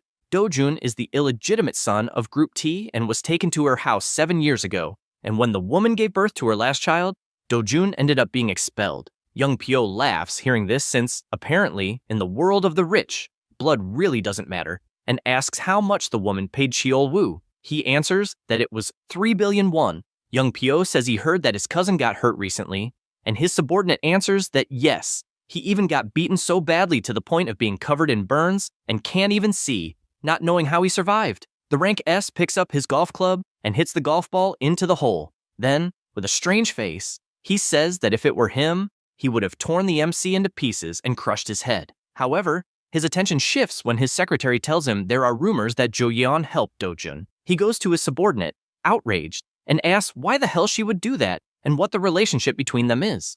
The employee says he doesn't know, but it was thanks to her testimony to the police that things went well. Nevertheless, his fury doesn't diminish, and so he wants to find out what the relationship between them is, because if there is nothing, it means they have some agreement behind the scenes, and he wants to know exactly what happened. The man runs off since he needs to do this immediately. Young Pyo looks down irritably and even crushes the golf club, then throws it on the ground. He worries because Heeju will look for him soon to do what Cheolwoo wasn't able to. Then he relaxes a bit, and again with his strange face says that woman is very kind and very rich. After that, at night, the MC keeps walking through the streets. He reflects that hunting in the Rift Zone is more efficient than any portal, and therefore already knows he will depend on Jo-yeon if he wants to do it again. Back to when they were inside the rift, Jo-yeon says that if she sells the Kassarian magic stone, people will come after her questioning her abilities, and the media will get very agitated overnight, and says she can even hold them off, and still says that if he wants to become famous, no problem,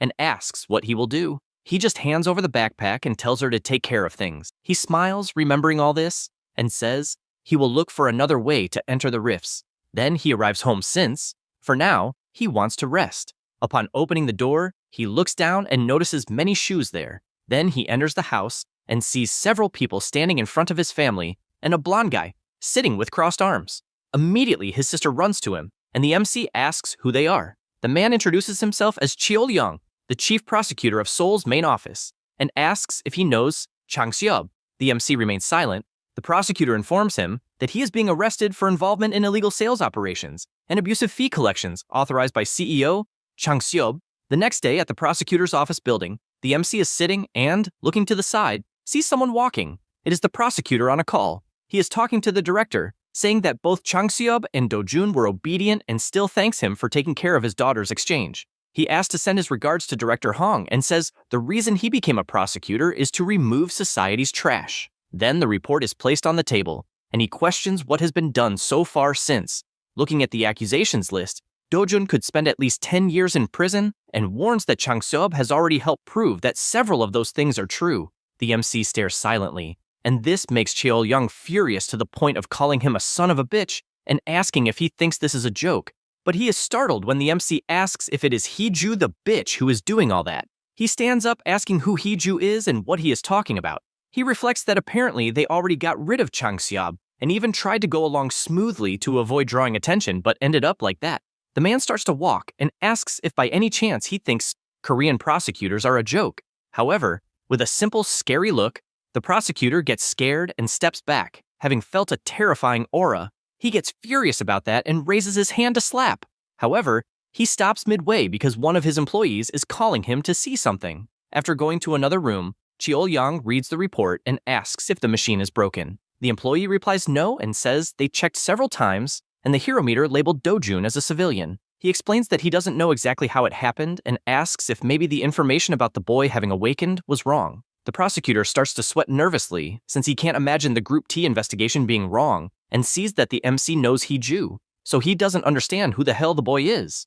Meanwhile, the MC remains seated. He reflects that it finally makes sense why Korean prosecutors are called mad dogs and doesn't know if he should completely destroy that place or not, and still needs to flee somewhere with his grandmother and sister. At that moment, someone opens the door. It was Ju-yeon who, seeing him, asks what he is doing there. He answers that he honestly has no idea. She asks him not to do anything and not to stall the prosecutor's office because, although it seems absurd, if he uses force there, it will be much harder to deal with the consequences. He asks if she's going to help him. She answers that she knows he did nothing wrong, and if he knew nothing, it would be one thing. But since he knows he did nothing, then it means he was wrongly accused. That's why they need to take care of this immediately. The MC smiles, asking if she is serious. She explains that the Hero Association will take over the investigation and that she will keep an eye on him since he has a false hero registration and illegal entries through the portals. However, he interrupts her, asking about his family. She pretends not to understand, asking if he thinks she is his secretary and why she should know about his family. He stares at her while she looks away until she asks him to relax since his family is safe. Do-jun thanks her for that and says he will reward her for what she is doing. Jo-yeon blushes and asks for patience so this can be resolved as quickly as possible. What she chose was not to prove the MC's innocence, and prosecutor Cheol-young was fired after it was discovered that he accepted bribes and made illegal requests. And a fair investigation confirmed that Do-jun had nothing to do with the incident. Him being punished for using a false registration was thanks to Jo-yeon's defense that everything ended with him being formally released. They were driving together when the radio announces that currently, in the United Kingdom, a monster never seen before came out of the portal and is attacking civilians. 4 eyes and a potent venom. The MC doesn't even let the radio finish and says the monster is a Makashian. She is surprised hearing that and asks how he knows that since it's a new monster, so only the association knows its name, but he just keeps looking ahead. A monster's name is not something decided alone, and every magic stone has condensed energy that generates unique information about monsters. By analyzing, it is possible to identify the name and other information. Currently, this is possible on Earth through science, and in the ruined world, it was through magic. And since the same monsters appear in both worlds, Do-jun knows most of their names. He warns that they can easily deal with a Makashian using the red ant flower extract. She asks more about it, and he explains that although it does not harm humans, it is very dangerous against a Makashian, since if thrown at this monster, it will prevent it from jumping as it normally does. She remains silent listening to this information until she asks exactly who he is. The car continues its journey, and the MC stays silent. Suddenly, he says he wants to know something, and, with his assassin intention, asks what will happen if he finishes Hiju. Elsewhere, Hiju is biting her nails, outraged with everything that is happening. Her secretary is in front of her and tells her everything that happened. She questions why the hell Jo Yeon got involved. He answers that he is not sure about the relationship between the two or how they met. Hiju can't hold her anger and calls the rank S a bitch, also asking who she thinks she is. She stands up, furious, since she doesn't understand why the report says Do-jun is not a hero, as she is certain he awakened as one. He replies that they are also investigating this since it was clear he had awakened, and speculates whether the boy used some trick to pass the detector. Though it's just speculation, the woman's expression changes completely, and she orders them to call rank S Young Pyo, informing that the reward is now 30 billion to get the job done quickly. However, upon hearing this offer, he replies that he can't do anything with 30 billion and therefore wants double. The employee asks if that isn't a bit too much. He answers obviously not, since from Heeju's perspective, no one is better than him, and to solve things 60 billion won't be anything for someone like her. He changes his look and says Zhao Yan is involved, so the minimum he should receive is 60 billion for having to fight a rank S. The employee admits the woman is really dangerous. At this moment, Young Pyo slams his foot on the table, scaring the employee. He approaches and questions if he really knows nothing, since rank S are not all the same, and warns he could finish Jo Yeon's race in 20 minutes. Then he asks if there was a response from the association, and he answers that the United Kingdom said they couldn't increase anything else, and the association already announced they are selecting heroes to be dispatched on the mission. Young Pyo thinks that's a pain, and turns around saying the association idiots are even greedier, and asks when they will leave. He replies in 3 days, and it will be a trip with the Japanese heroes. The rank S watches through the window, thinking about the Makashin, since it's a new monster whose weakness is still unknown, and believes that if he discovers it, his value will increase even more. Meanwhile, in England, strong thunder is falling from the sky, and the monster is running after people. He stands before several heroes and, raising his claw, attacks and hits the ground hard. Then everyone shouts to attack, and a fierce battle begins between them. All the heroes use their magic until finally, one of them manages to cut the monster's head, which falls hard on the ground, lifeless. They breathe relieved until they look to the side and notice more monsters approaching, and, having seen it too late, the white-haired is attacked and finished. The British heroes are doing their best to hold the monsters on the battlefield, but with little information, they can hardly do anything against an unknown enemy. The defensive line has already collapsed, and the monsters are less than 60 kilometers from the capital, London. At that moment, something shiny begins to fall toward the Macassians, and they, who had their eyes activated, simply go out and fall hard to the ground. Absolutely all the monsters that were hit. At the top, a helicopter can be seen, and the heroes celebrate, saying that Jo Yeon was right since the red ant extract worked perfectly, and the Makashin can no longer get up. The heroes look at her, as they do not believe she is someone so skilled. Jo Yeon shouts to her team to finish off the monsters that are immobilized, and with that, she joins the attack along with everyone. The next day, all the reporters are gathered waiting for the interview. One reporter asks if everyone is there because of Jo Yeon, since she had an incredible performance in the United Kingdom. The Four Eyes answers yes, since she was the heroine who discovered the Makashin's weakness and saved the United Kingdom from despair. While the man was speaking, another's eyes shine because in front of him was the rank S heroine. Everyone immediately starts calling her, asking how she discovered the unknown monster's weakness. They also interview Young Pyo, asking for his opinion since they heard he was the one who finished off the most Makashins during the mission. The reporter says that a group of 200 people, including 2 rank S, returned to the country, and as everyone imagined, Korea is proud for having saved the United Kingdom. This news was displayed on all the billboards in Korea, including one near where the MC was. He looks fixedly and sees Young Pyo on the billboard, and this makes him furious, changing his expression instantly upon knowing who he is.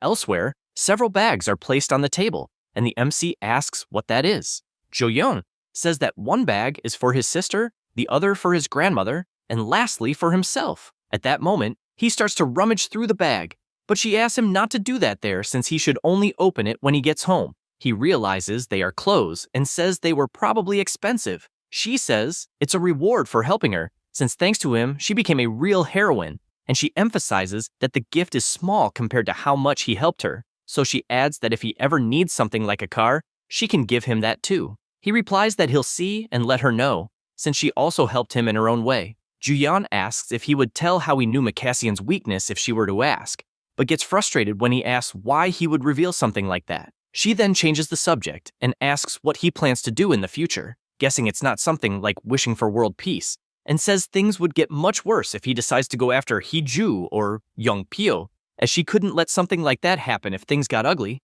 He stays silent for a moment and replies that first, he wants to buy a house. She is shocked, as she didn't expect something so simple, and asks if he's currently renting, and they continue talking.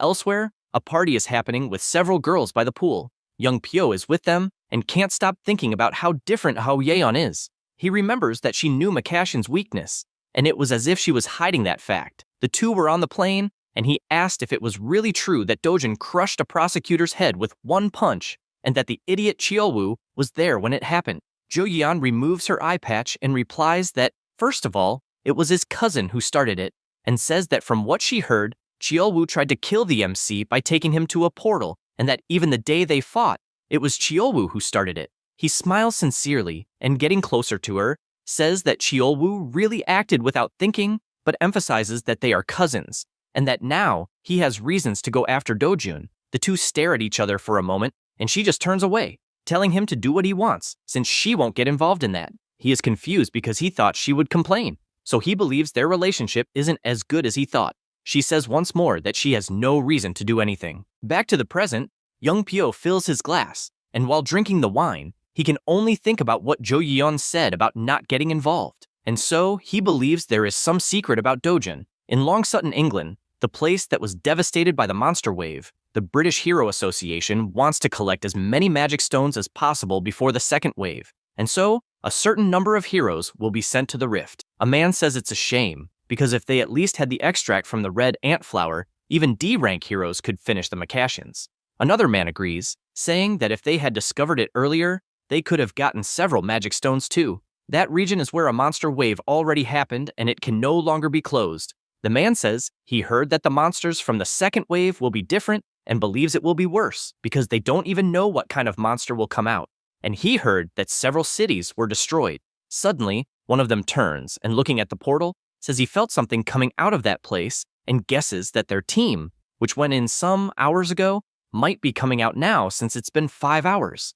They decide to stay alert since there are many ordinary people wanting the magic stones too. Suddenly, a strong energy starts emanating from the rift and that scares both of them. A person begins to come out of the rift with a strange appearance. The man is frightened since it's neither a hero nor the army commander, and so he orders them to call headquarters immediately. However, the monster in human form raises his hand and some magic circles appear around the two. They begin to float while the monster walks away. One of them draws 3 knives and throws them instantly. However, all of them are blocked, and the new monster calls them weaklings. He then closes his fist, and both have their bodies crushed without even moving from the spot.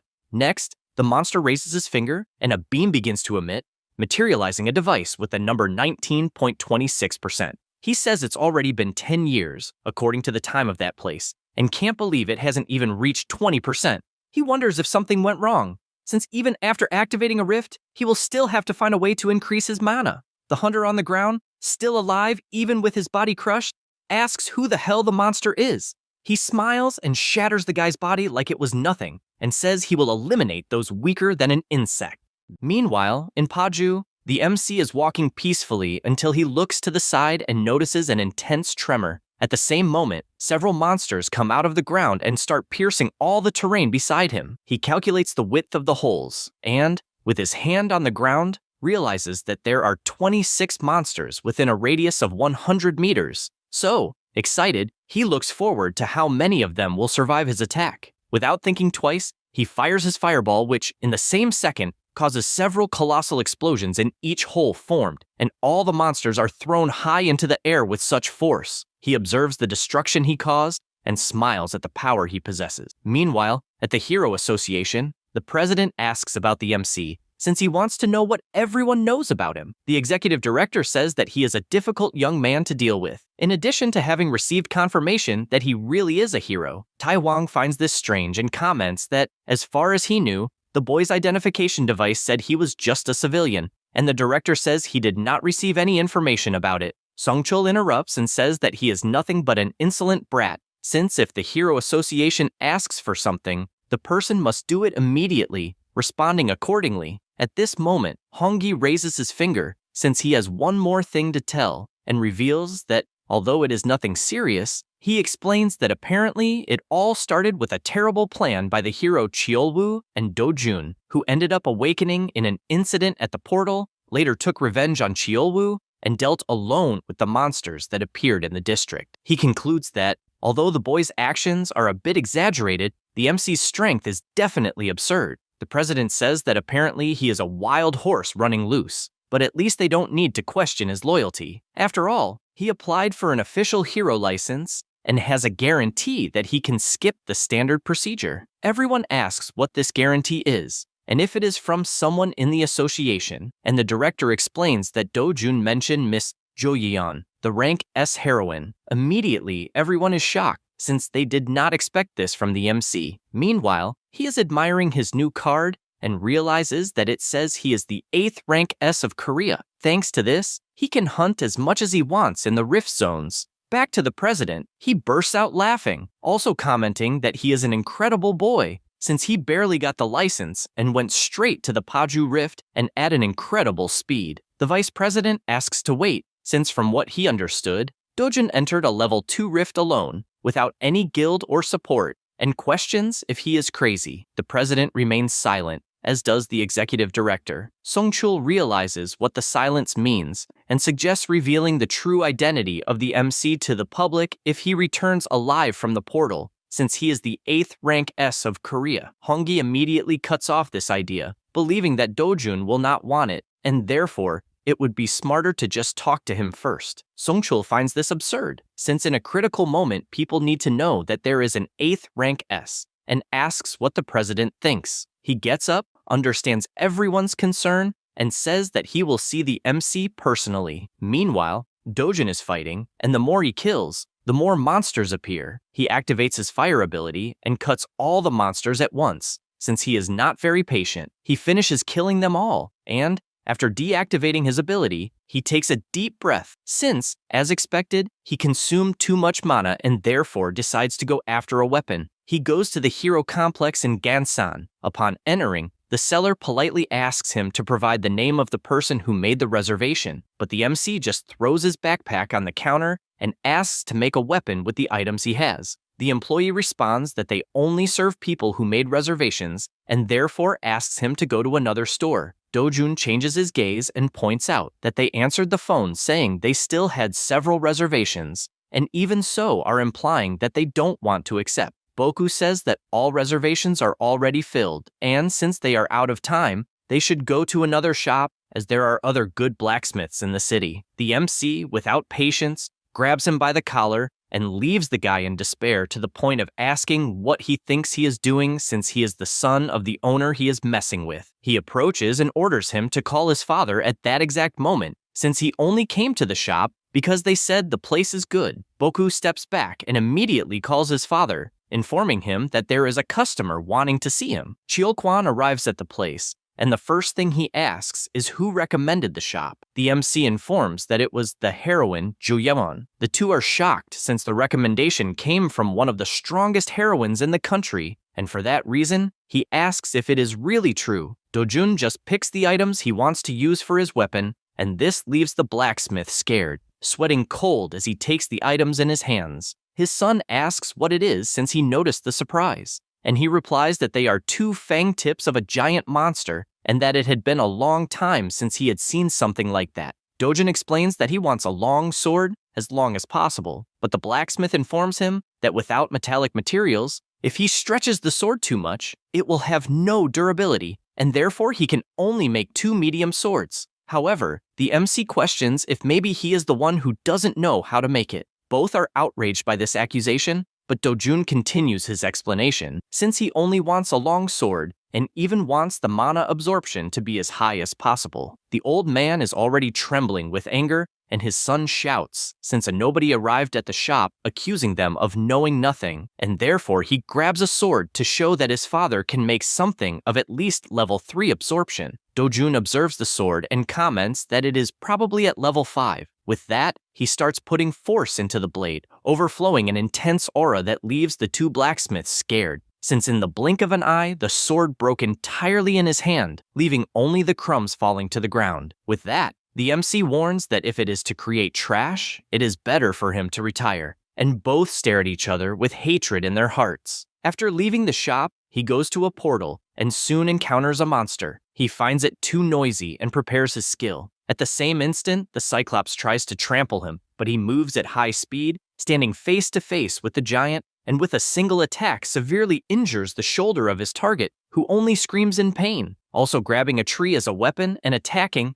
but it is useless since Dojun cut it in half, and full of confidence, he continues advancing, cutting the big monster in several places. However, it was not enough since it has colossal regeneration, and in moments it was already completely healed. The MC is not intimidated by this, and advances once again, hitting the Cyclops back directly, which feels the explosion of fire since it was a precise blow, and before it could do anything, its head is cut off without even seeing what happened, to the point of falling dead to the ground. Dojun reflects that it is very difficult to maintain the mana sword for long. He takes a jar from his bag and goes to the monster's body, feeling pleased since he got the liquid he needed. Then, he returns to the blacksmith and delivers on the counter the blood he obtained. Boku asks what the hell that is, and the MC just orders him to deliver it to his father, since if combined with the fangs he gave earlier, it will be possible to make a longsword. He says this as he leaves, leaving the boy even more confused, asking at least to tell more details about it. He just continues his journey, imagining that he already got all the basic materials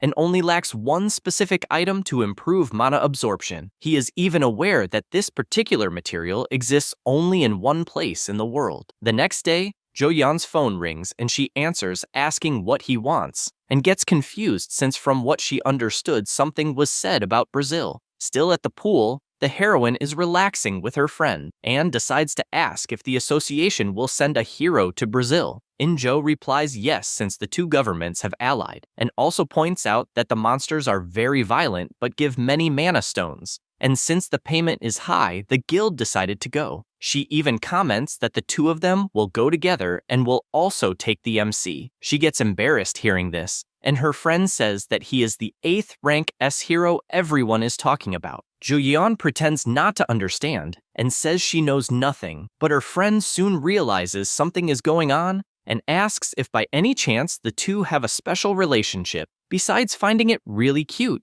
Back at the blacksmith, he confesses to being surprised and also wants to know how the hell he found out, since the liquid was not even metal and yet it fused completely, welding the pieces. That is why he asks how he knew that Cyclops' blood could be used like that. Dojun only smiles without saying anything, and the blacksmith says he will try to make it as long as possible and believes he can reach 180 centimeters. The MC takes the opportunity to give more specifications since he does not want a sword with a thick handle as it should be adjusted for use with only one hand, and 5 kilos is fine. Chul-kwan is surprised to see his client being polite since at first he thought he was just a rowdy kid and wonders if the reason is that the sword is precious to him. He also takes the chance to ask if 5 kilos is not too heavy for just one hand, since he will have to swing the sword several times. He replies that it is fine since he can do it as requested, and the blacksmith explains that he will try, but it will take at least a month. The MC meanwhile keeps wondering if a level 7 sword will withstand his own power, and comments that he will need another item, so he leaves asking to start making the sword's base. Chul-kwan asks if by any chance he will search for more mana absorption materials, and is soon surprised, wondering what item it is that Dojun said he would need. A few days later, a car arrives and the MC thanks her since he will make good use of it. Jo Yeon says it was nothing and asks if he thought she had no money, since a car of at most 1 million is nothing. He smiles saying that it is enough, and she becomes terribly embarrassed with that smile. While he looks at the car, she asks if something is happening in the association. Dojun replies that apparently the superiors want to reveal his identity, so they will pay for it. She is surprised hearing this, and says the president is a very fair person in that regard. He prepares to enter the car saying that the negotiation did not work out, and she asks him to go easy, even saying she would be grateful if he could take into account that she herself is helping. She then gets into the car as well and says that the association is in chaos because of the problem that collapsed in Brazil, and that as soon as things calm down, they can talk about the president. He is surprised about Brazil, and she explains that apparently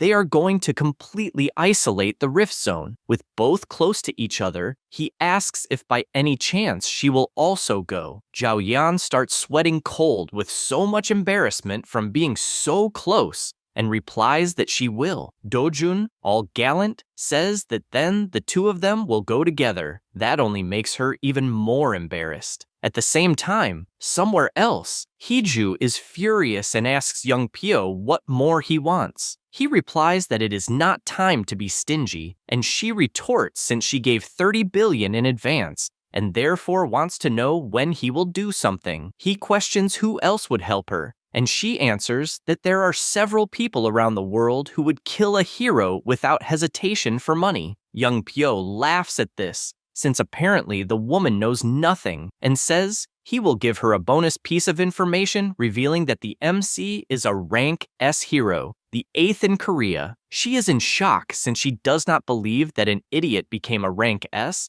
and asks if he is trying to trick her again. He finds that distrust funny and says that if she does not want to believe it, she just has to wait for everything to explode. Then he prepares to leave. Hiju asks him to wait and, desperate, asks if the MC really is a rank S, since in that case she will no longer be able to control him, and guarantees she will give more money. He smiles since money is important, and tells them to have a good business relationship from that moment on. She says she does not care about that as long as the goal is accomplished. At that moment, his phone vibrates and notifies that, apparently, the heavens are on her side. Hiju is confused as she does not understand what he is talking about, and he explains that the perfect opportunity to kill Dojin just appeared. After that, already on the plane heading to Brazil, the entire expedition team is prepared, as is the MC, who is calmly eating his instant noodles. Their destination is now Brazil. They arrive in the city of Sao Paulo, and a meeting is taking place at the Brazilian Heroes Association. They mention that the Korean task force has arrived at the airport, which is very good since they were fast. One of them comments that some heroes did not waste time and went straight to Brazil without waiting, but admits that, despite this help, he is worried they might discover the secret information the country possesses. The superior says that not everything can be kept secret,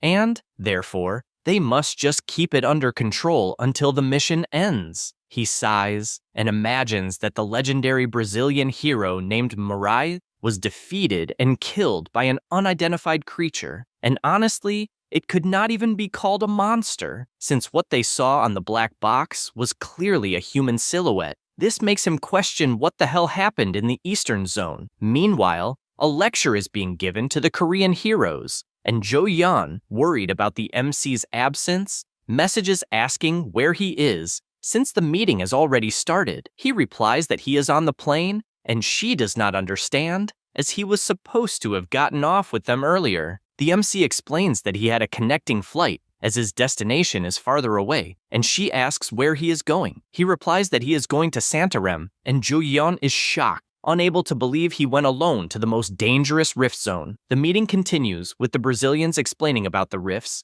and afterward, at the hotel, Jo Yeon rushes to a taxi, but before closing the door, someone holds it. It is Young Pyo, asking where she is going, since locations have not yet been assigned. She just says she needs to go to a certain place, and once again, he asks where. She replies that she is going to Santarem, and continues her journey immediately. He reflects on this place. As far as he knows, it is the location the Brazilian Association strictly forbade them from going. After some time in the Santarem Rift Zone, the MC is accompanied by several people, and Jo Yeon asks straight away why he is in such a hurry. He explains that they had to wait for her, as she arrived late, which is why he is in such a rush. She does not accept this, as if he had told her in advance. No one would have had to wait, and she again asks why they are there. The MC simply replies saying Blue Croco, but she questions what the hell that is, as she does not understand anything. He asks if she needs more reasons, but she asks out of courtesy, since she is 3 years older than him. Meanwhile,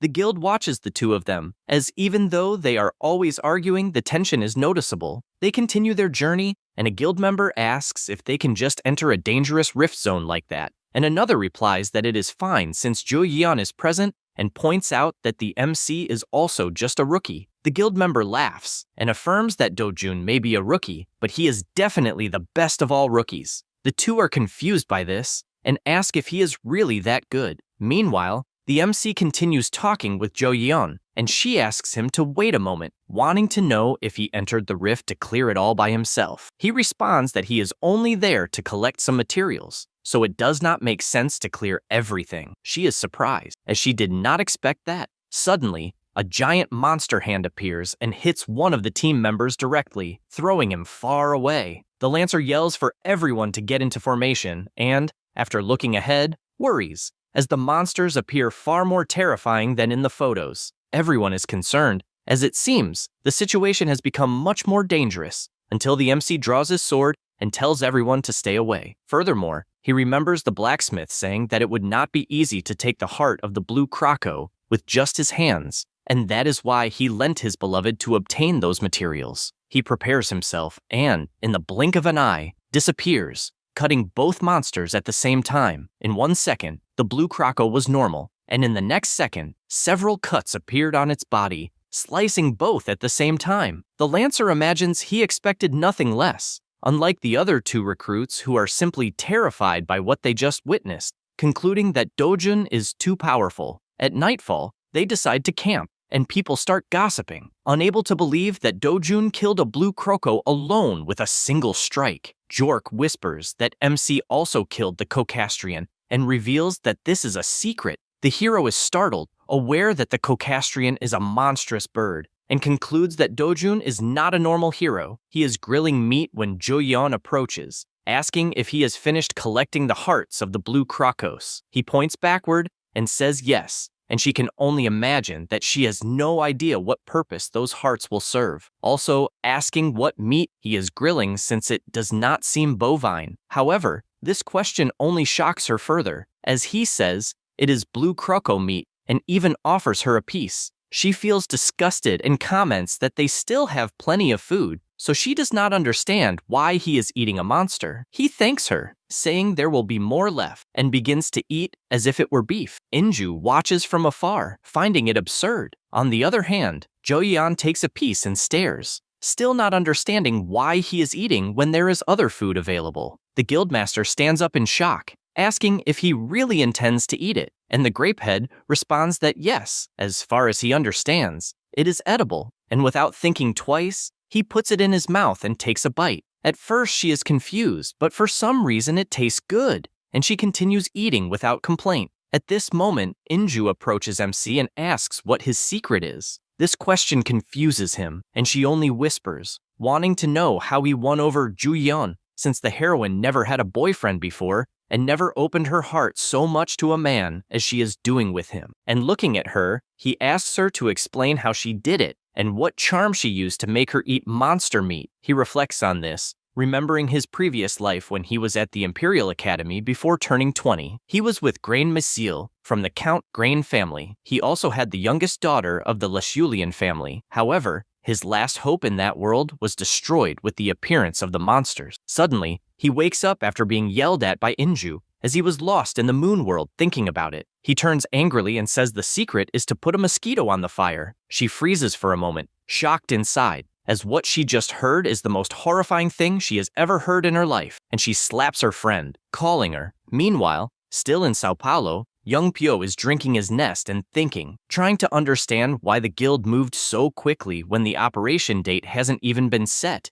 and he asks if Do-jun is with them, since practically everyone began moving on their own. He then asks what types of monsters are in Santarem. His secretary informs him that there is little information, as the Brazilian Association only said it is a very dangerous place. This irritates him, as everything involving MC makes no sense. Suddenly, his phone rings, and he answers, greeting Heiju. She yells, wanting to know if MC is still alive and when he will do his job. Young Pyo asks why she is impatient and if something happened. She responds that apparently Her father saw the news of Dojun becoming a rank S hero and asked the boy to return home. He finds this amusing, as even the president of Group T is getting involved. He looks at the map of Brazil and says he will not disappoint her, assuring that MC will not leave Brazil. She says she liked the answer. After hanging up the phone, the hunter tells the secretary to talk to Takashi and patrol the Santarem region, since the MC got into an isolated area, which will only make the job easier. Meanwhile, the group continues walking, and Jo-yeon asks if they are really going into the forest, since from what they heard, the monsters in that region are dangerous. He asks what they are, and she, terrified, replies that their name is Lynx. Dojun says he is surprised, as he didn't know there were lynx in that region. She asks if he already knew those monsters, and he replies yes, then starts walking. At that moment, Ju-yeon calls his attention and says she won't stop him, but shows an item asking him to use it. He asks what it is, and she replies that they are earplugs, since a lynx's roar can paralyze, and asks if he already knows that. Dojun replies that he doesn't need them, and she doesn't understand why, besides yelling that he can't do whatever he wants since the Brazilians reported the place is extremely dangerous. But he ignores her and walks deeper into the forest. After nightfall, the group keeps walking until they encounter a monster in front of them. It was a lynx whose aura alone showed it was extremely powerful, enough to scare the whole group.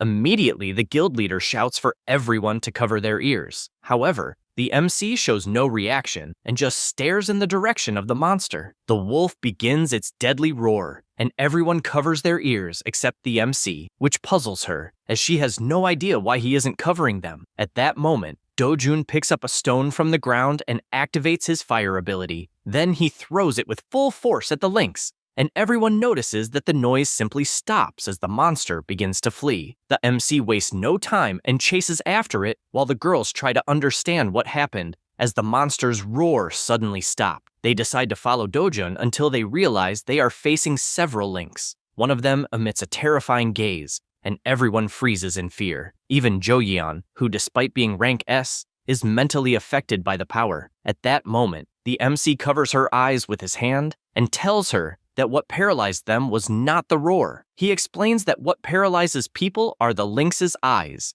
and asks her to keep them closed. Then he grips his sword and walks toward the monsters, and with his flaming sword, he slices through the air, wanting to test the sword style of the Bandayan family. Activating the first form, Kilida's miraculous fold. He points his sword forward, forming a ball of power at the tip. The monster immediately feels the intense pressure of the sword, and the fireball grows increasingly powerful. The guild members watch from afar, trying to understand what kind of technique it is, as it seems extremely dangerous. The MC channels his power to the maximum, and, in the next second, launches a colossal fireball with full force toward the lynx, completely obliterating the area and vaporizing them one by one with the overwhelming intensity of the attack. The girls try to shield themselves from the strong wind caused, and only then notice that the entire landscape ahead has been devastated, along with the monsters, who were defeated without being able to move. The girls are still in shock, especially Jo-yeon, who can only say that what she saw is impossible. At that moment, a lynx appears severely wounded, having survived the attack, and the MC, anticipating this, walks toward it. Immediately, the monster uses its darkness gaze technique, but it is completely useless, as the MC is immune and its head is cut off. He approaches the eyes and, with his hand, says he will take them, as they are more useful to him. After this massacre, everyone admires him, including the guild leader and Jo-yeon, unable to believe the absolute power they witnessed, as it is beyond human level. She starts to wonder if, by any chance, his level could be higher than Alphonse's, and believes he might be at Lester's level, since he is the strongest hero in the world. As they walked, some zombies began to appear. The guild members commented that a monster has no sense of the situation, since they are undead and have no brains. Because of this, the monsters attacked, but at the same second, one of them took a punch to the mouth, exploding its head with extreme ease by the MC, who after doing that, simply disappeared, and with his high speed, started obliterating them one by one, and heads rolled in all directions.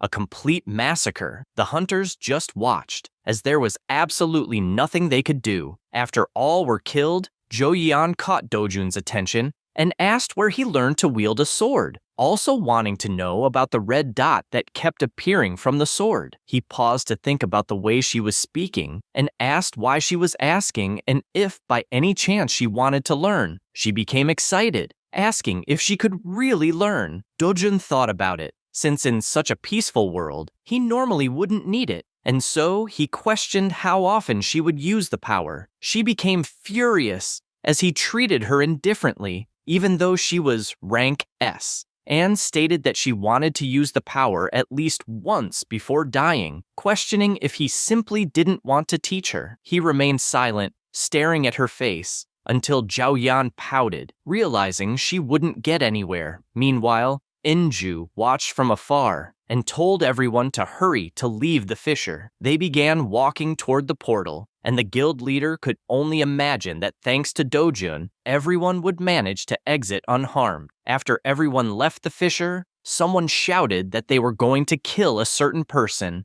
and several hunters had gathered. She started to approach, recognizing the voice, and came face to face with the MC hugging Juyeon while she was dying of embarrassment. The person who shouted was Takashi, an ex-Yakuza, and also a rank S hero. The man approached the MC and warned that he would finally have fun with Juyeon, blocking the way and telling him to get out before he eliminated him. The MC told her that, apparently, the companions didn't like her much. She was surprised and asked if, by any chance, he understood Japanese, since that was the language the ex-Yakuza used. He commented that he had learned a little, and once again Takashi ordered them to step away, or he would kill her. Takashi's guild members also started shouting, demanding respect for their master and revealing who the person really was. However, they were interrupted when the MC told everyone to shut up, as he wasn't interested in knowing who that old man was, and told them to leave immediately. Both faced each other, and Inju, watching from afar, could only think that the troublemaking hunters were from a rank S guild from Japan, and the leader was a famous ex-Yakuza known for his bad temper, and she believed Dojun would avoid conflict at all costs. She tried to intervene, asking both sides to calm down, but Takashi told her to stay out of it, calling her a slut. Immediately, her guild members asked how he dared speak that way, since he had just insulted a guild master. She immediately ordered everyone to be silent and explained that she was the master of the Violet Guild from Korea, and she wanted to resolve the matter as peacefully as possible. He pointed out that he had never heard of her guild and asked if, by any chance, she needed a man, as he could also handle her. At that moment, he started pulling Juyeon without permission, and because of that, the MC stepped in to stop it. In doing so, he took a punch to the cheek, and Takashi, responsible for the punch, warned that he also had business to handle with Dojun and promised he would kill him later. The MC thought about some random guy having business with him and believed it was a planned provocation, and because of that, decided to accept the provocation. In the next second, MC lands a punch on Takashi's mouth, sending him flying toward the guild, leaving everyone shocked by it. MC tells everyone to step back, since the first punch was only self-defense, and assures that in a one-on-one fight, the smaller ones should stay out. Everyone becomes furious at this provocation until Takashi starts to get up, telling everyone to step back. He begins to overflow with energy and becomes increasingly powerful. Zhao Yan, watching this, starts to get worried, but deep down she hopes he beats Takashi severely. Everyone present is terrified by what they are witnessing, as MC is simply smashing the opponent's head into the ground while kicking him in all directions. Takashi cannot understand how Dojun can be so strong, and looking at him, begins to worry, as the rumors he heard about being a weak rank S were apparently false. Takashi studies MC's expression closely and concludes that if things continue, he will definitely die. Because of this, he starts running to try to escape, but Dojun appears instantly in front of him. Moreover, he asks if anyone requested him to chase that fight, although he already has an idea of who it might have been. Takashi only begs him to spare him, but he finds it amusing since now he wants to beg for his life. Then, with his fist closed, he lands a direct punch that practically deforms the ex-Yakuza's face, so strong that everyone present is completely intimidated by the sheer power. Anju confesses that she cannot believe what she is seeing, as she expected Dojun to be powerful, but not that the difference would be so colossal. MC places his foot on Takashi's head, and the guild leader says she is worried, since if things continue, the master of the Japanese guild will truly die, and therefore asks Ju Yeon to say something. Immediately she asks Dojun to stop what he is doing, as if he continues, Takashi will truly die, but he just says not to worry, as he will take responsibility. She, however, ignores this and starts pulling him as if he were a child, since this kind of responsibility is not something simple to address, and therefore asks him to have more personal responsibility. He asks if she is sure, since as far as he knows, the stories must be eliminated. Inju asks him not to stoop so low, as he would be on the same level as trash. Zhao Yeon agrees, since the beating Takashi received should be more than enough as a lesson learned. The guildmaster takes advantage of the situation and yells for the Japanese members to behave, or they will face the same fate as their leader. Immediately, everyone bows, saying they understand perfectly. MC asks if it is some kind of joke that they only kneel, and with his intimidating expression, tells everyone to put their heads on the ground. They obey without thinking twice and continue begging all the time for forgiveness. MC looks at one of them and tells him to insult himself by calling himself a dry little turd. The long-haired one, although frustrated, obeys word for word, and everyone starts laughing while Takashi is completely exhausted, unable to do anything. After this, still in Sao Paulo, the president of the Brazilian Association looks at the report and, seeing the two Korean girls in front of him, cannot believe the absurdity he read. After all, a rank S hero was beaten to the point of being nearly crippled, and the opponent was just one man. And since Takashi was the only victim, he already imagines who could have caused this damage and laments, as he expected Korea and Japan to work together. He states that the report is accurate, and therefore there is nothing for the Brazilian Association to intervene in, and thus says they will hand the case over to the Japanese Hero Association and await their decision. Inju agrees. The association leader asks if anything unusual happened at the Santarem Rift. They are confused by this question and respond that nothing particular occurred. Then he comments that Dojun's name appeared the most in the report, but does not understand why he is not present. They try to stall and respond that MC was busy packing his bags. Meanwhile, at the hospital, Takashi is completely terrified since none other than Dojun is standing in front of him holding a bouquet of flowers. He tells him to stay quiet as he is on an official visit to the hospital. Then, holding one of the lynx's eyes, he points directly at Takashi's eyes, who becomes instantly hypnotized. The MC asks his questions, and the guild master explains that because of trash like him, he caused problems for the Korean guild, in addition to saying that the Yakuza group is shit. The MC begins to leave the hospital, thinking about that last phrase said about the most famous terrorist group in Japan. The news of the confrontation between Korea and Japan quickly spread, and the president of the Korean Heroes Association asks if by any chance Dojun solved all the problems. Hongi replies that yes, and that news about him is trending every day, but he questions if it is really true that the Japanese Association gave up the investigation. Taiwan says that it was Takashi himself, the victim, who said that. They conclude that it is very strange for something like that to come from Takashi, and therefore it must mean that there is something that even Japan wants to avoid. The Four Eyes gets curious about this theory and asks what he has in mind, but he just says he doesn't know, since the only thing he has in mind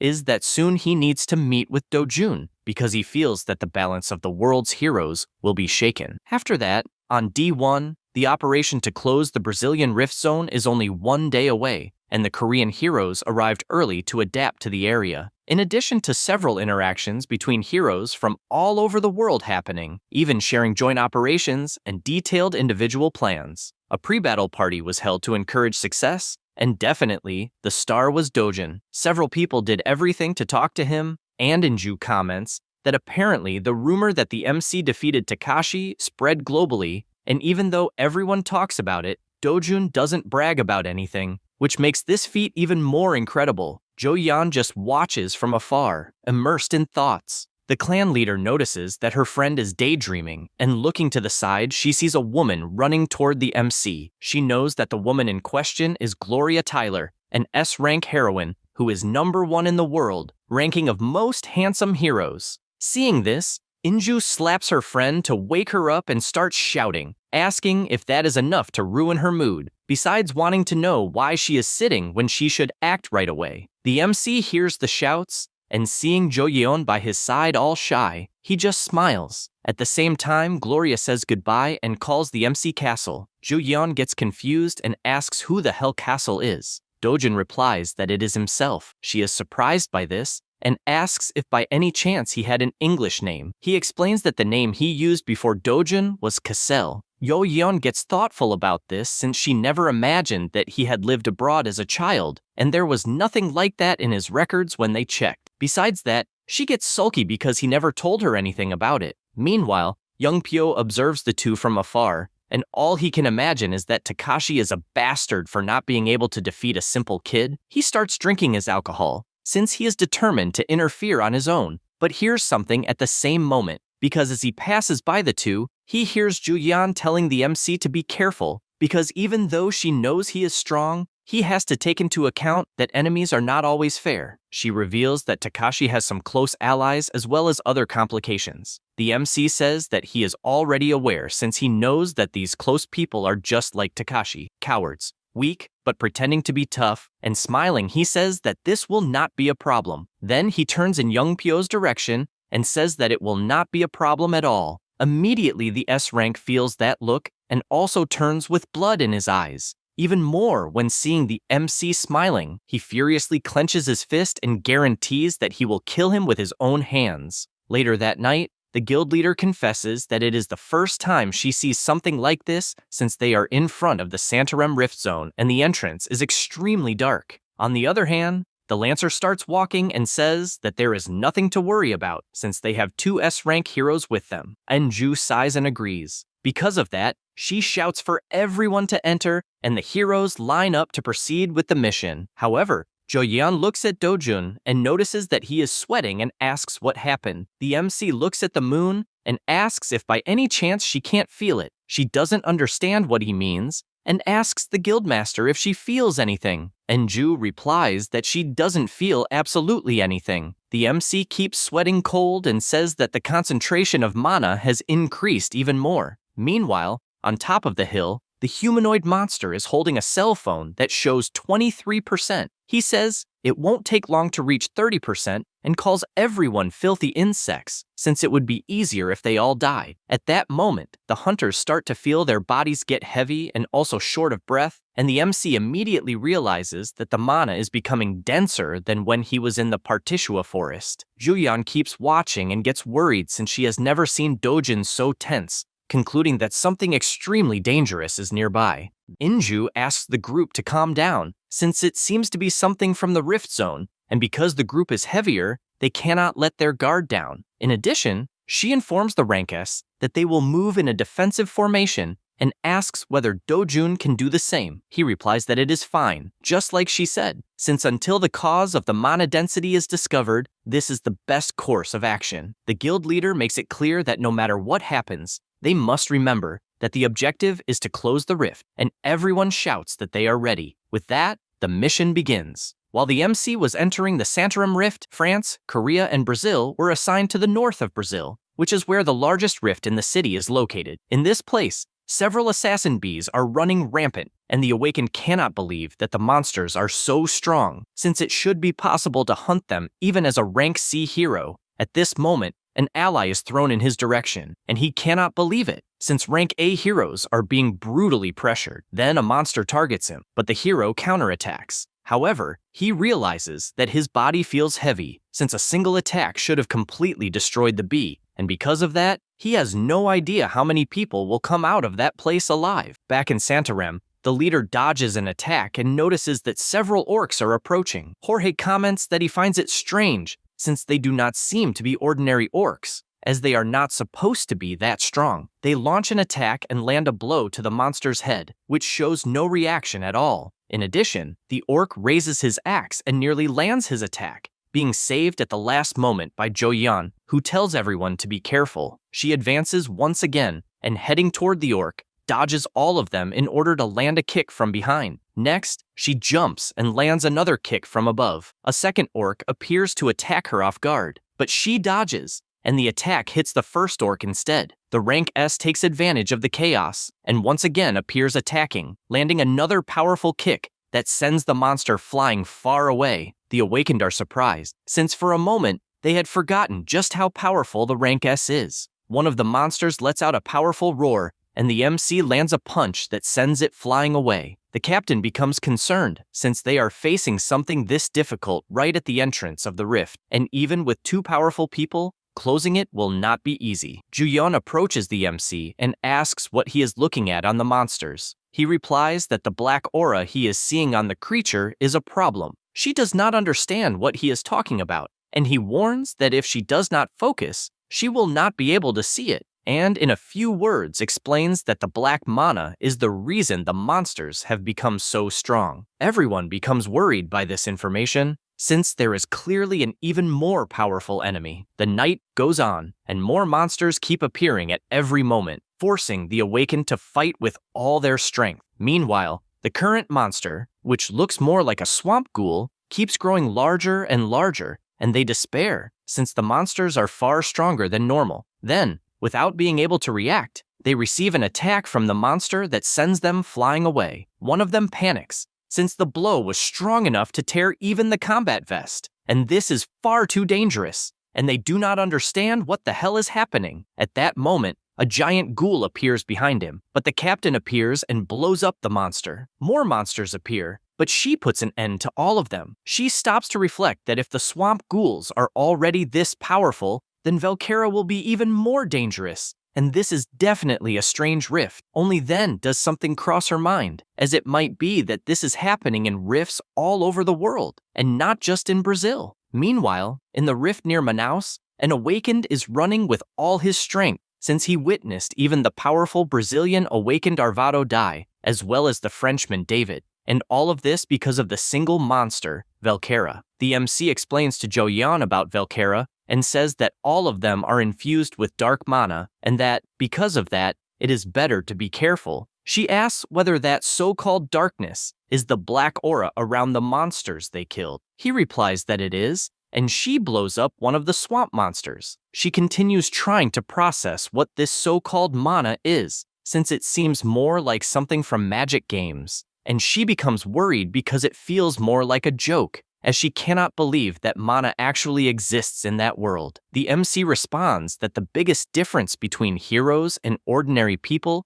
is precisely mana. A monster approaches, and in the blink of an eye, he blows up everything in front of him, while imagining that a world without the concept of mana would be a peaceful world, but he believes that such peace would not last very long. Saying this, he goes on to annihilate all the surrounding monsters. Juyeon approaches him to see if she understood correctly, since from what she noticed among the types of mana, that darkness is one that makes monsters stronger. He says yes, and that, by comparison, it is like an athlete who used some kind of drug to gain more energy. She says she understands, but has no idea how he knows this. Dojun replies that, in fact, it is strange that she does not know something like that. Next, the captain gives instructions that they will go straight through the monster swamp, and following the MC's warnings, basically the areas where Velkera appears are the most dangerous. Then, after advancing for some time, she orders everyone to stop and tells Dojun that apparently they have found it, since it looks very much like Velkera's food nest, just as he described. After all, there are several monsters wrapped in webs to serve as food.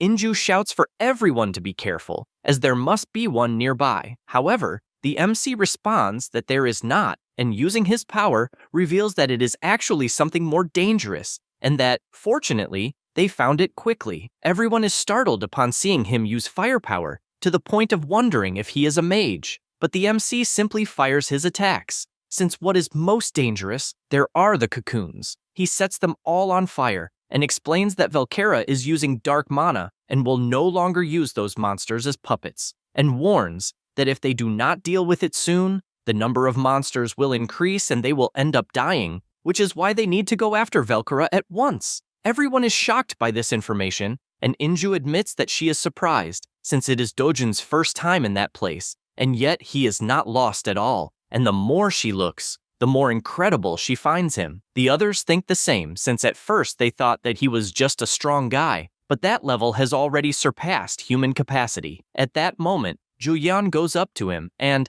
asking him to be honest, wonders if by any chance this is his second life or something like that, like in isekai games. He laughs at that and imagines that it could indeed be considered a second life or something similar. Then, he asks how far they are from the core of the rift. She says that as soon as they leave the forest, they will be halfway there. He then says that they will finish it that same day. This leaves the two girls surprised, since it seems impossible. The leader tries to explain that it may seem possible for him, but not for the guild members, since most of them have used almost all the strength they had. He notices the situation everyone is in, and then asks everyone to rest, since he will take care of Velkara and return shortly afterward. With that, he runs off at full speed. The captain cannot understand how the hell someone still has so much power even after fighting so many monsters. After running through the forest, Dojun looks in all directions until he finally finds his target, which is right ahead. He appears with his sword, and she senses the presence of an enemy and therefore leaps, launching her powerful web. However, he dodges and begins attacking the monster from all directions,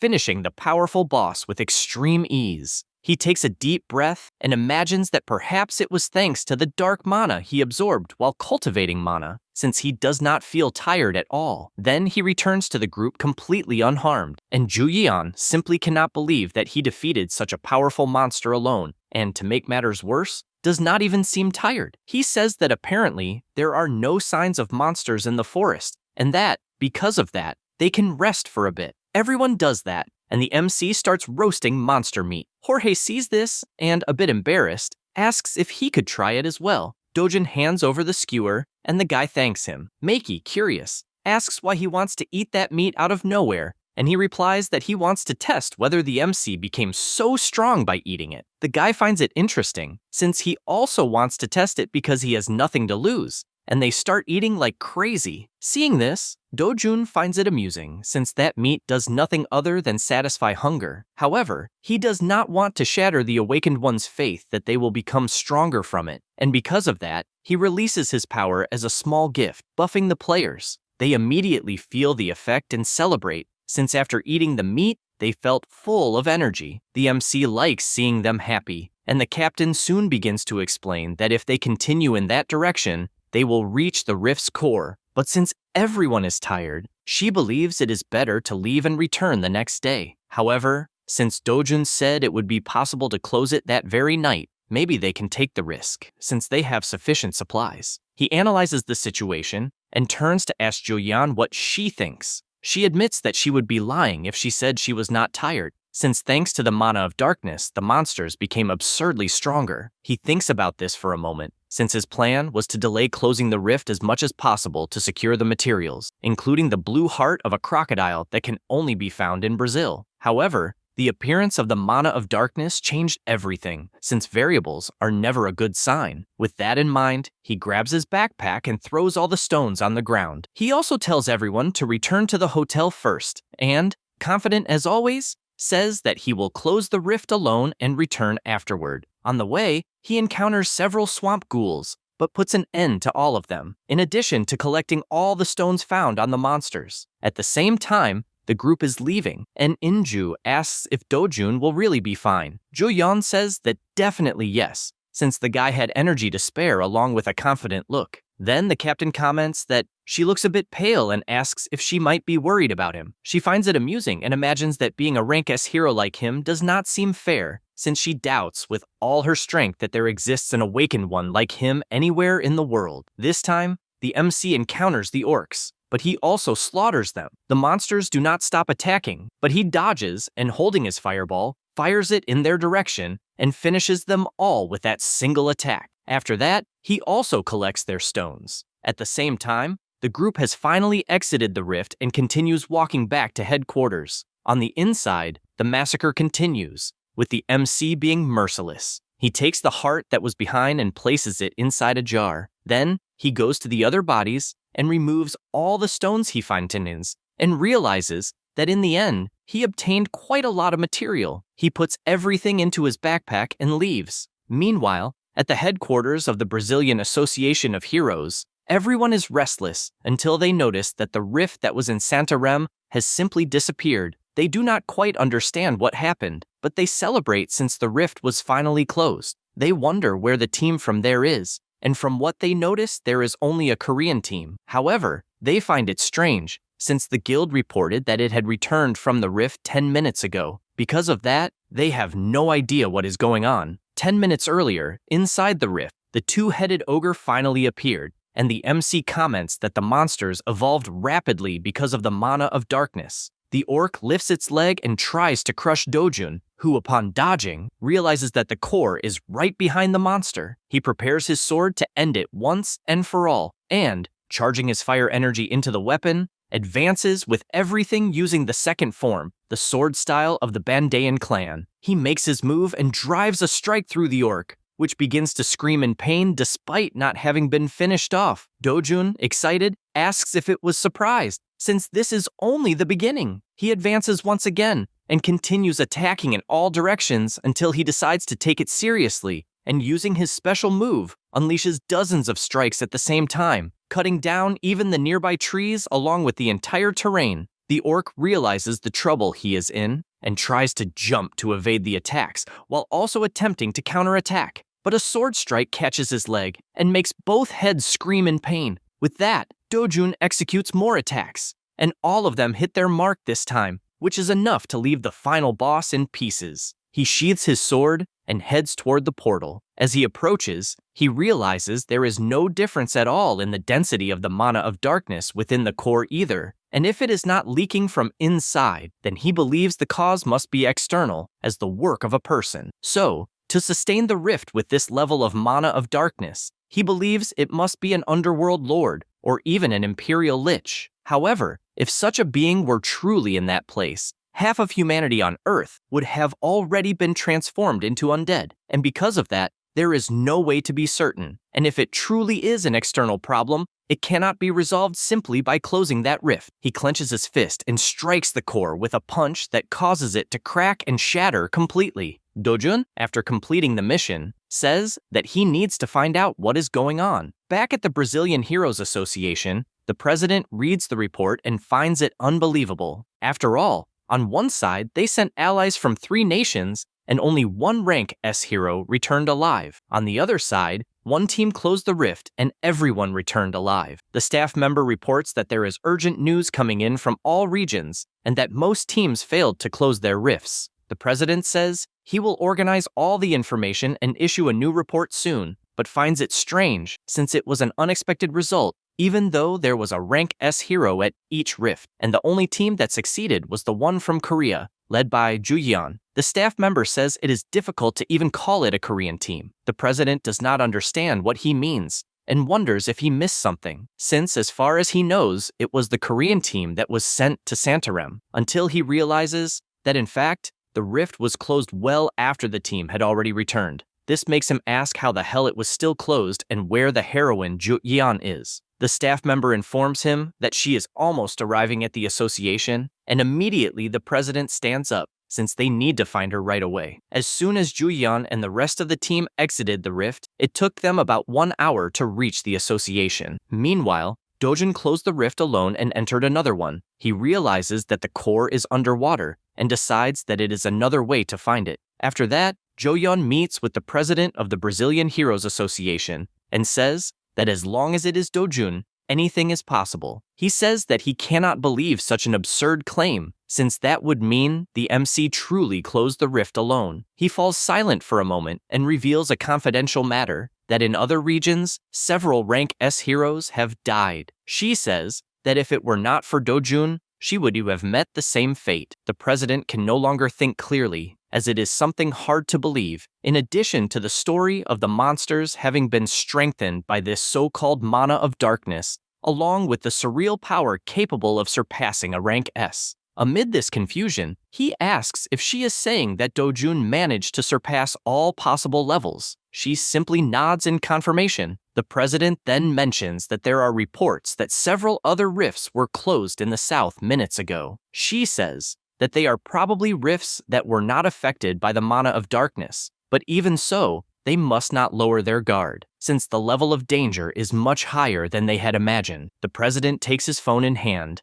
and asks if by any chance the color of the rift entrance was different. She replies that yes, since at the moment, that is the only way to confirm it. Then, immediately, he contacts everyone, ordering them to check the entrances of all the rifts in Brazil. With everything resolved, Julian gets up and, after walking for a while, calls the president of the Korean Association and comments about the mana of darkness and whether there has been any change in Korea. In addition, she says that she did not see any reports with changes and assures that she will continue to keep an eye on it. After hanging up, she imagines that even with several rank S heroes, it is very difficult to deal with many monsters strengthened by this mana. The president thinks the same, since if by any chance the boss of a rift is also strengthened in this way, they will have an even bigger problem, and the two conclude that they need to prepare as much as possible. Returning to the MC, he imagines that in rivers, lakes, and islands, there are many zones with that type of territory. The problem is that humans do not breathe underwater, but there are some heroes with special abilities for this specific territory. One example is the hero from New Zealand, Ivan Rupert, the aquatic rank S hero. This guy is very famous,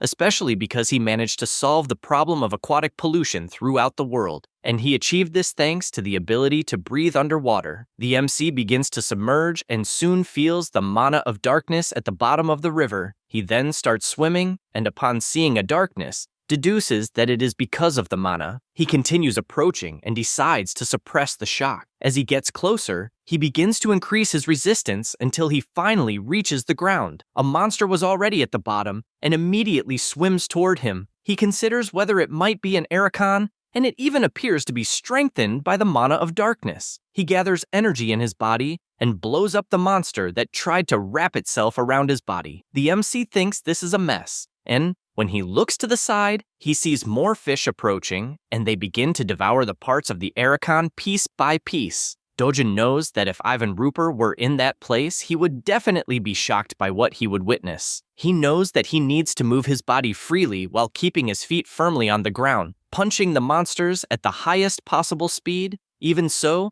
the monsters do not stop appearing, and he finds himself completely surrounded. He reflects that he needs to put an end to all of them at once, and swims away at high speed until something catches his attention, since he has finally found his target. He feels happy, since it was a surprise to find the Acromos there, because in the world he lived in, those who became mere legends had something in common, which was hunting Acromos when they were still unknown. He knows that he cannot miss this golden chance. The monster begins to act strangely, and a dimensional portal appears in its mouth. The MC immediately takes action because he knows that the Acromos has no natural enemy and that no matter the opponent, they create a subspace that engulfs the enemy. This power becomes stronger and stronger, and the MC feels this pressure until he prepares himself and cuts the subspace that was there engulfing everything. The power keeps growing stronger, and Dojun keeps gathering more and more energy. He imagines that it would be easier to be beaten to death, but then he would not be able to obtain the subspace. He knows that he needs to endure by using mana to absorb everything and releases an incredible power that immediately decimates the fish around him. However, he realizes that in that way, he will continue to be pressured,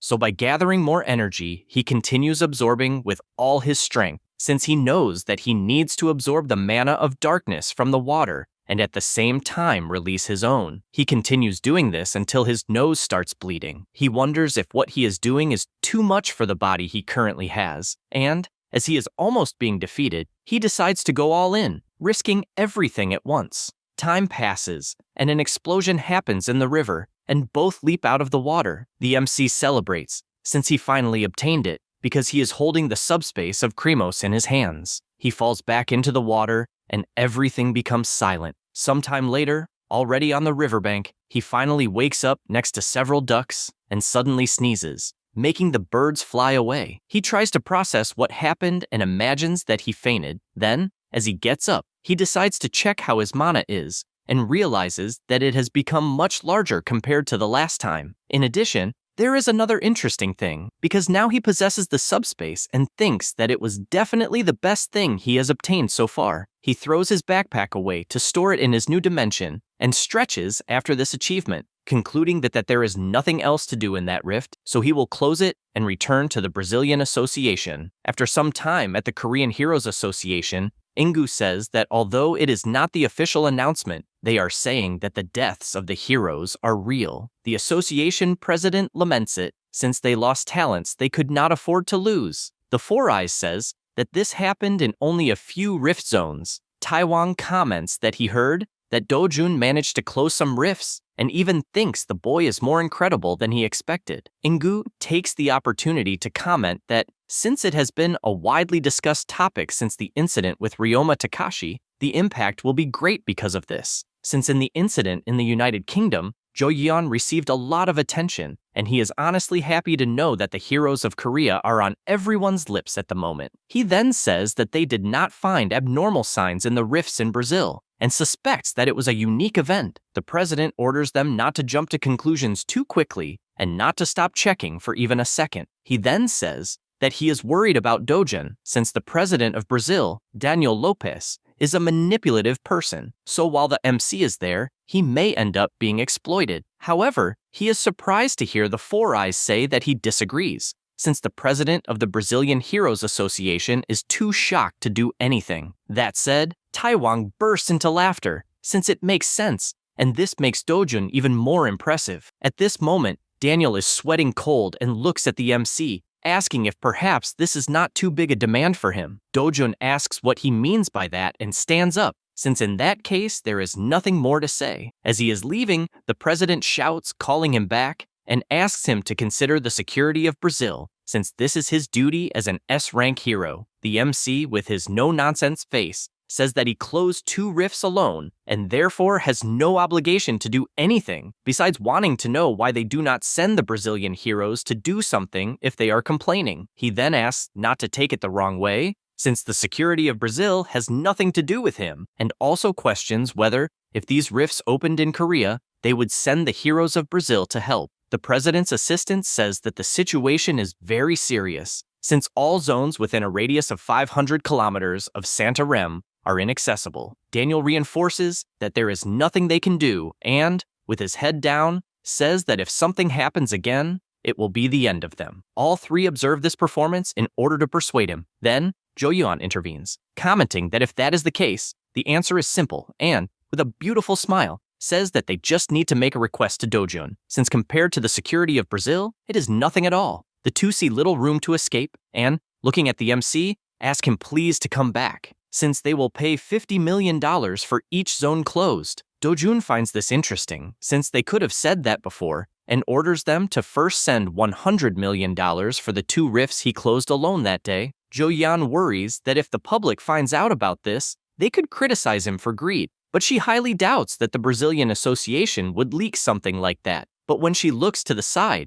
she sees the indifferent face of the MC, and that makes her happy, since she knows that, in any case, he does not care what others think of him. Dojun, after thinking it through, imagines the one responsible for his reincarnation, and that the money he will obtain will be enough to get the safest house in the world, and asks if he is satisfied, since he kept his promise. The Brazilian government was reluctant about the MC's request, but with no other alternative, they could only complain about it. At the same time, a confidentiality contract was signed so that public opinion would not worsen. Some heroes are badly injured, while others unfortunately lost their lives on this mission. The family members do not hide their pain, and the MC remains firm, offering his condolences. After that, at the hotel, Inju asks whether they will go to the next zone together, but the MC does not answer, and she does not know what he is thinking so deeply about. He comments that he was wondering what would be more profitable, since while he closes one zone, the guild would move to the next entrance. She reflects on this, and asks if they would then close the zone together. He realizes that she understands things quickly, and she comments that, from what she understood,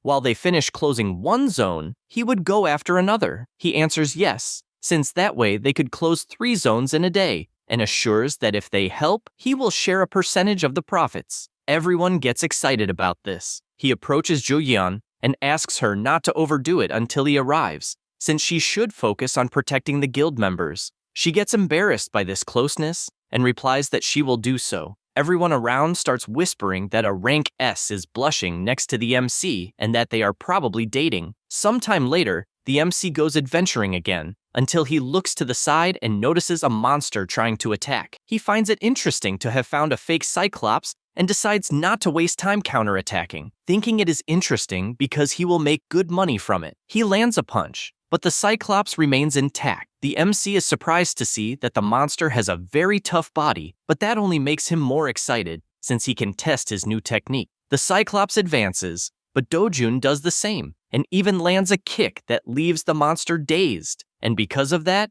it screams, entering a state of fury, and the MC takes advantage of the opportunity and uses his subspace, which swallows the monster's attack and makes it appear above its head, hitting its own head with the attack. Dojun realizes that this ability is not very good to use in combat since it consumes a lot of mana. After some time, the Southern Rift Zone was closed. The president of the Brazilian Association is monitoring everything from headquarters and reflects that it took 8 hours to close the rift and that it would definitely be a problem for them. Because of this, he orders the transfer to be made, and another $50 million are transferred to Dojun. The assistant comments that if this continues, they will lose billions of dollars in just a few days. Daniel replies that they cannot let the MC take everything. The boy does not quite understand what he means, and asks if, by any chance, it is to delay the payment. The president calls him an idiot, since if they do that, Dojun will simply stop closing the portals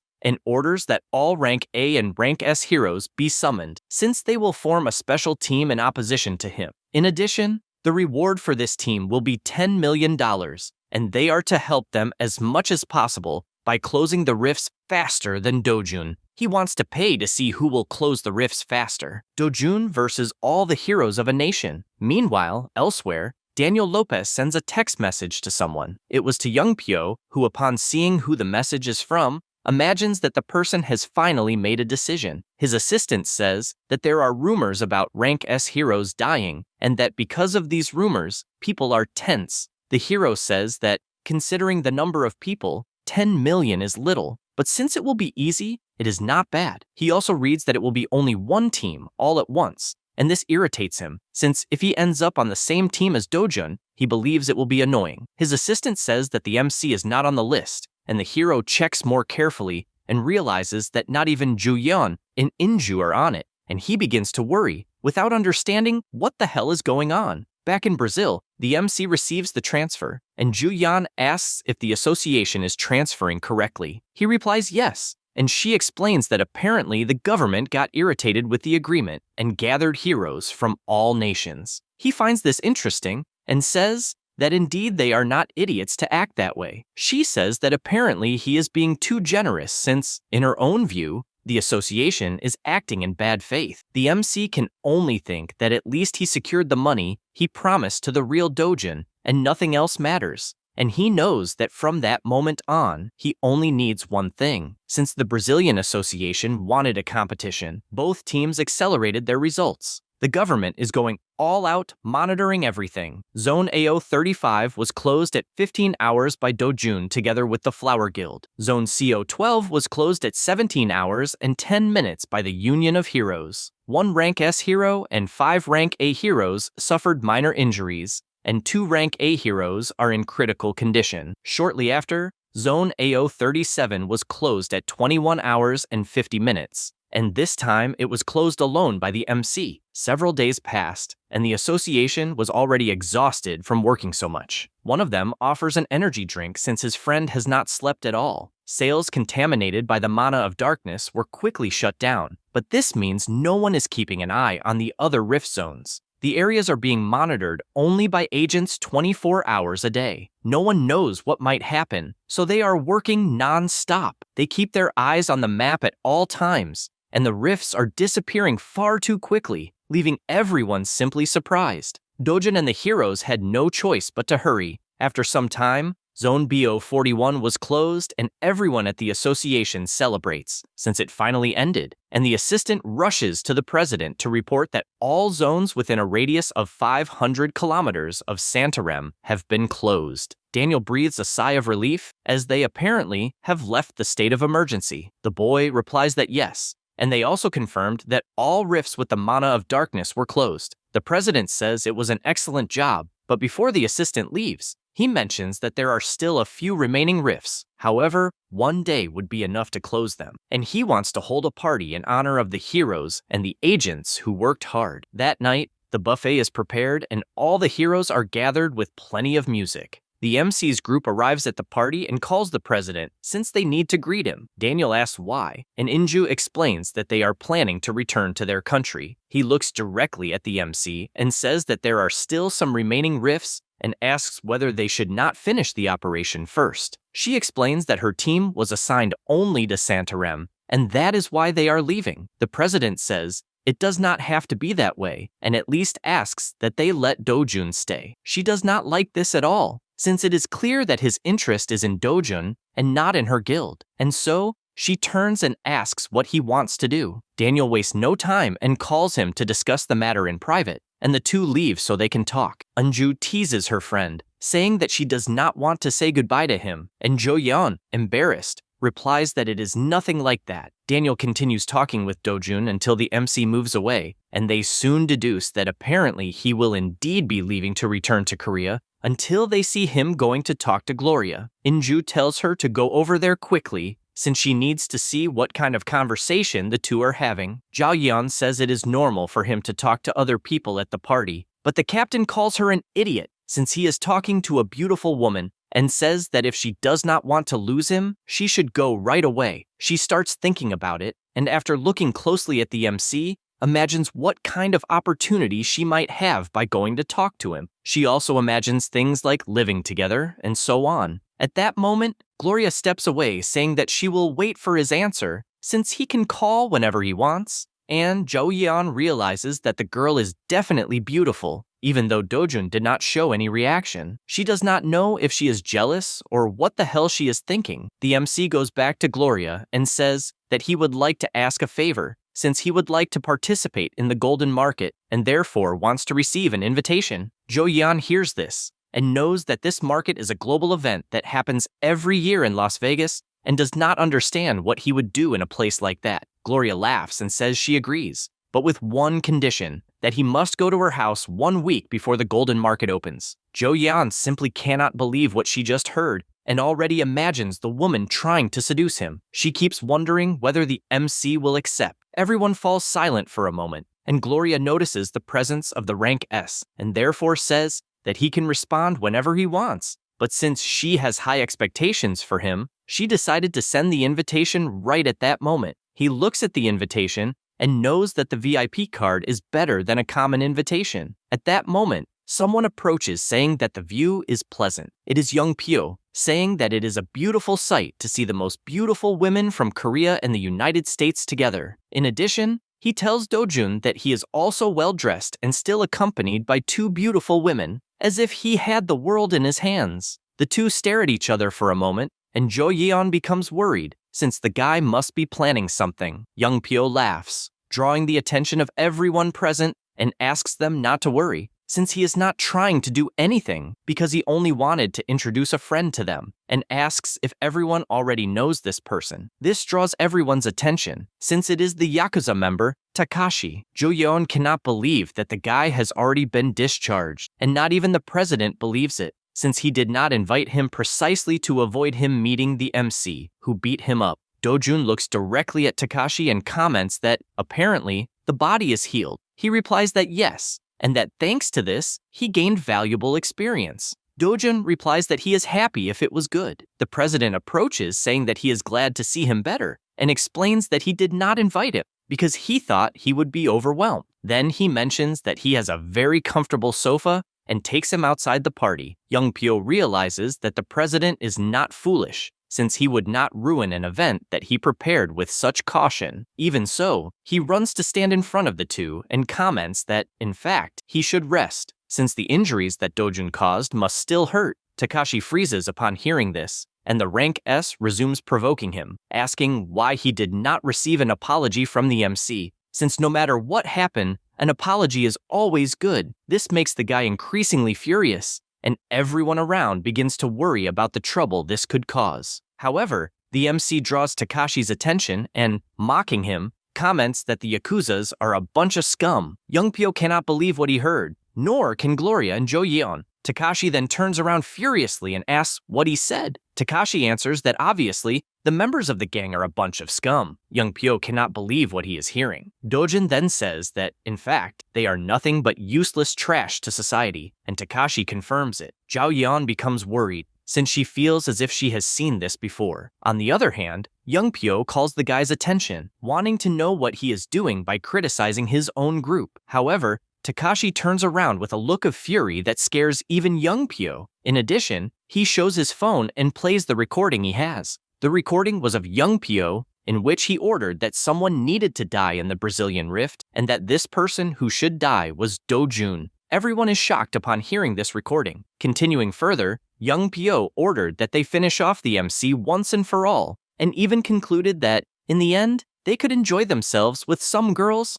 starting with Gloria and then perhaps Zhao Yeon, since she seemed to be a virgin. Young Pyo cannot believe it, and the MC becomes extremely excited, since he did not expect his eye to be so effective, and guarantees that he picked a fight with the wrong guy, because from that moment on, he will slowly torment him until he wishes for death. Young Pyo feels the pressure of everyone judging him at that exact moment, but even so, he bursts into laughter and shouts that, once again, the Yakuza's ruined everything. Then, he stands face to face with Takashi and knows that if the conversation continues, it will be worse. So with a single movement, he plunges his hand into the guy's heart, taking his life instantly. Then he begins to flee at full speed. The president shouts for all the security guards to pursue him, and immediately a chase begins. Jo Yeon shouts to Dojun that they must go after him, but soon becomes frightened, since the MC is indifferent and could even have prevented the death that occurred, and she does not understand why he did nothing. He, however, only smiles at what happened. That was a shocking night. The incident spread around the world rapidly, and the shock in Korea and Japan was unimaginable. Both governments and hero associations avoided public opinion, and the media constantly reported the actions of Young Pyo and Takashi. Hiju becomes extremely furious when seeing this news, since her plans are never working out. She smashes the television and everything around her. The director only remains silent, listening from outside, until she lets out a scream calling him. When he enters, he sees the destruction in the room, and she asks what happened to Young Pyo. He replies that Interpol and the World Hero Alliance are after him, and that there is no news on whether he has been caught or not. Hiju becomes even more irritated, in addition to wishing that the damn rank S would just die already. She also asks whether the loose ends have been taken care of. He replies that they have, since all appropriate measures were taken. All accounts, all contacts they had, and even the camera footage were removed. He also asks whether there is anything bothering her. She throws the phone into his hand, and the director does not understand what it means. Haeju explains that it is her personal phone and that only her family knows that number, but, worried, asks him to read the last message. He decides to read it, and the unknown number is demanding cooperation, stating that if she refuses, the evidence will be leaked, and also guaranteeing that it will find her again. He asks whether it might be from Young Pyo, and does not know what he wants with this cooperation. She screams that it does not matter, and that just being connected to him is already a huge problem, and, throwing a jar at the man, orders him to leave the room, saying they are useless. The director leaves the room, knowing that he could be screwed and that he even needs to find a way to survive. But when he opens the door, he runs straight into a wall. This is Gyeong Chul, executive of Group T and Heeju's father. The director is startled by that expression and runs away apologizing. The woman is startled when she sees him and, in the same instant, receives a punch to the mouth that leaves her confused on the floor. Her father asks whether she thinks he looks like some useless old man, and delivers another punch to her mouth. Then he calls her an idiot for thinking he would not find out that she paid Young Pyo to kill Dojun. He is actually excited to learn that his own blood is a rank S hero, and because of that, he very much wants to bring Dojun back home. His daughter is shocked by this, but he states that he does not like how Group P became arrogant because of Seung-ho, yet the heavens are still supporting them, and therefore he needs to know how to deal with the mess she made. She, with little she can do, simply remains silent to avoid getting beaten more. While things around Young Pyo become increasingly chaotic, the MC's group is returning to Korea. He thinks it was a good expedition, since he obtained a lot of money and raw materials. At this moment, Jo Yeon approaches and says she is curious about something, and asks whether he deliberately let the guy escape. The The MC replies that he did, since that way they will move on to the next stage. After some time in Seoul, South Korea, Aun-young is happily eating a snack, and the MC asks whether it is good. He feels happy seeing her like that, but soon his expression changes, since after returning to reunite with his family, he was shocked to find that his grandmother's health had worsened. He does not understand why they did not go to the hospital or even contact him. His sister, embarrassed, asks him not to be like that, saying it was because of the money he earns risking his life and that she did not want to waste it. He whispers in his grandmother's ear and tells her that going to the hospital when one is sick is not a waste. In addition, he earned a fortune in Brazil, so there is no need to worry. His grandmother, in tears, is happy to hear that. With this outcome, the MC took his grandmother to the best hospital in Korea and visited her every day together with his sister, so eating hamburgers became their routine. After a few days in Gasan at the Hero Complex, Chilkwan says that it is the first time he has seen a blue crocodile heart in such good condition, and therefore states that he will make a better sword than he had imagined. The MC asks how long it will take to be ready, and he replies that probably 3 weeks, and that he will even start immediately. Dojun says that besides the sword, there is also one more thing he would like to ask for and asks if that is okay. He replies that yes, since he can ask for anything. Dojun takes out a bag and, realizing that the blacksmith has already figured out what it is, says that they are threads and sacks from the salivary glands of a Valkyra. He is surprised by the quality of the item and asks if, by any chance, he wants him to make some kind of armor. The MC says no, since he is actually thinking of something for his younger sister. The blacksmith is confused by this and says that armor made with Valkyra materials has enormous defensive power and that heroes all over the world would line up to obtain such armor, and so he asks if the girl is also a heroine. He shows her photo and says that she is a cute girl. The blacksmith carefully observes the photo since she is very young, and the MC asks if there is any problem. He says more or less, since children grow too fast, and even if it is made at that moment, it might not fit in a few years. Dojun smiles, since he was expecting something like that,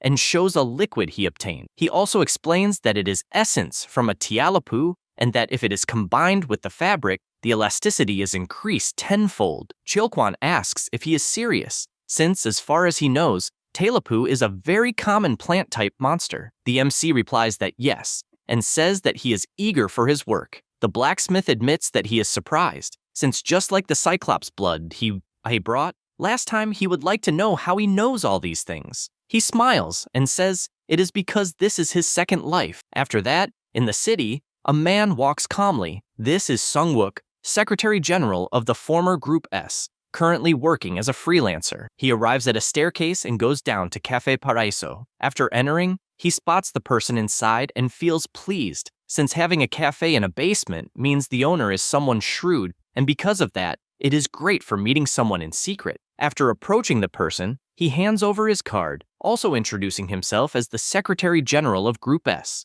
Then the MC turns around, also introducing himself. Sung-wook sits down and says that everyone has been talking about the MC in recent days, and therefore he cannot imagine what an important person would want with someone ordinary. Dojun explains that Jo-yeon spoke about him and said that he helps rich people and heroes in secret regardless of what they want. The Four Eyes confirms it, but emphasizes that he does anything as long as he does not cross the line with the law. The MC then says that he wants to build a house, which leaves the man confused, since in that case he should have talked to a real estate agency, unless it is an extraordinary house. Dojun decides to get straight to the point and says that he wants the safest house in the world. He explains that he has a preference for Seoul and that his budget is 500 billion won. Sung-wook spits out all the tea he was drinking, and the MC, with tea on his face, asks if this is perhaps the first time he has worked with that amount. The man apologizes for spitting the tea, and after cleaning everything, asks if he is not actually thinking about building a castle with that value. He finds the idea interesting, since building a castle would be a good idea, so he changes his budget to 1 trillion. The man simply cannot believe the absurdity he is hearing and decides to speak seriously, asking if the MC knows what the safest house in Korea is at that moment. He guesses that it is probably the house of the president of Group S,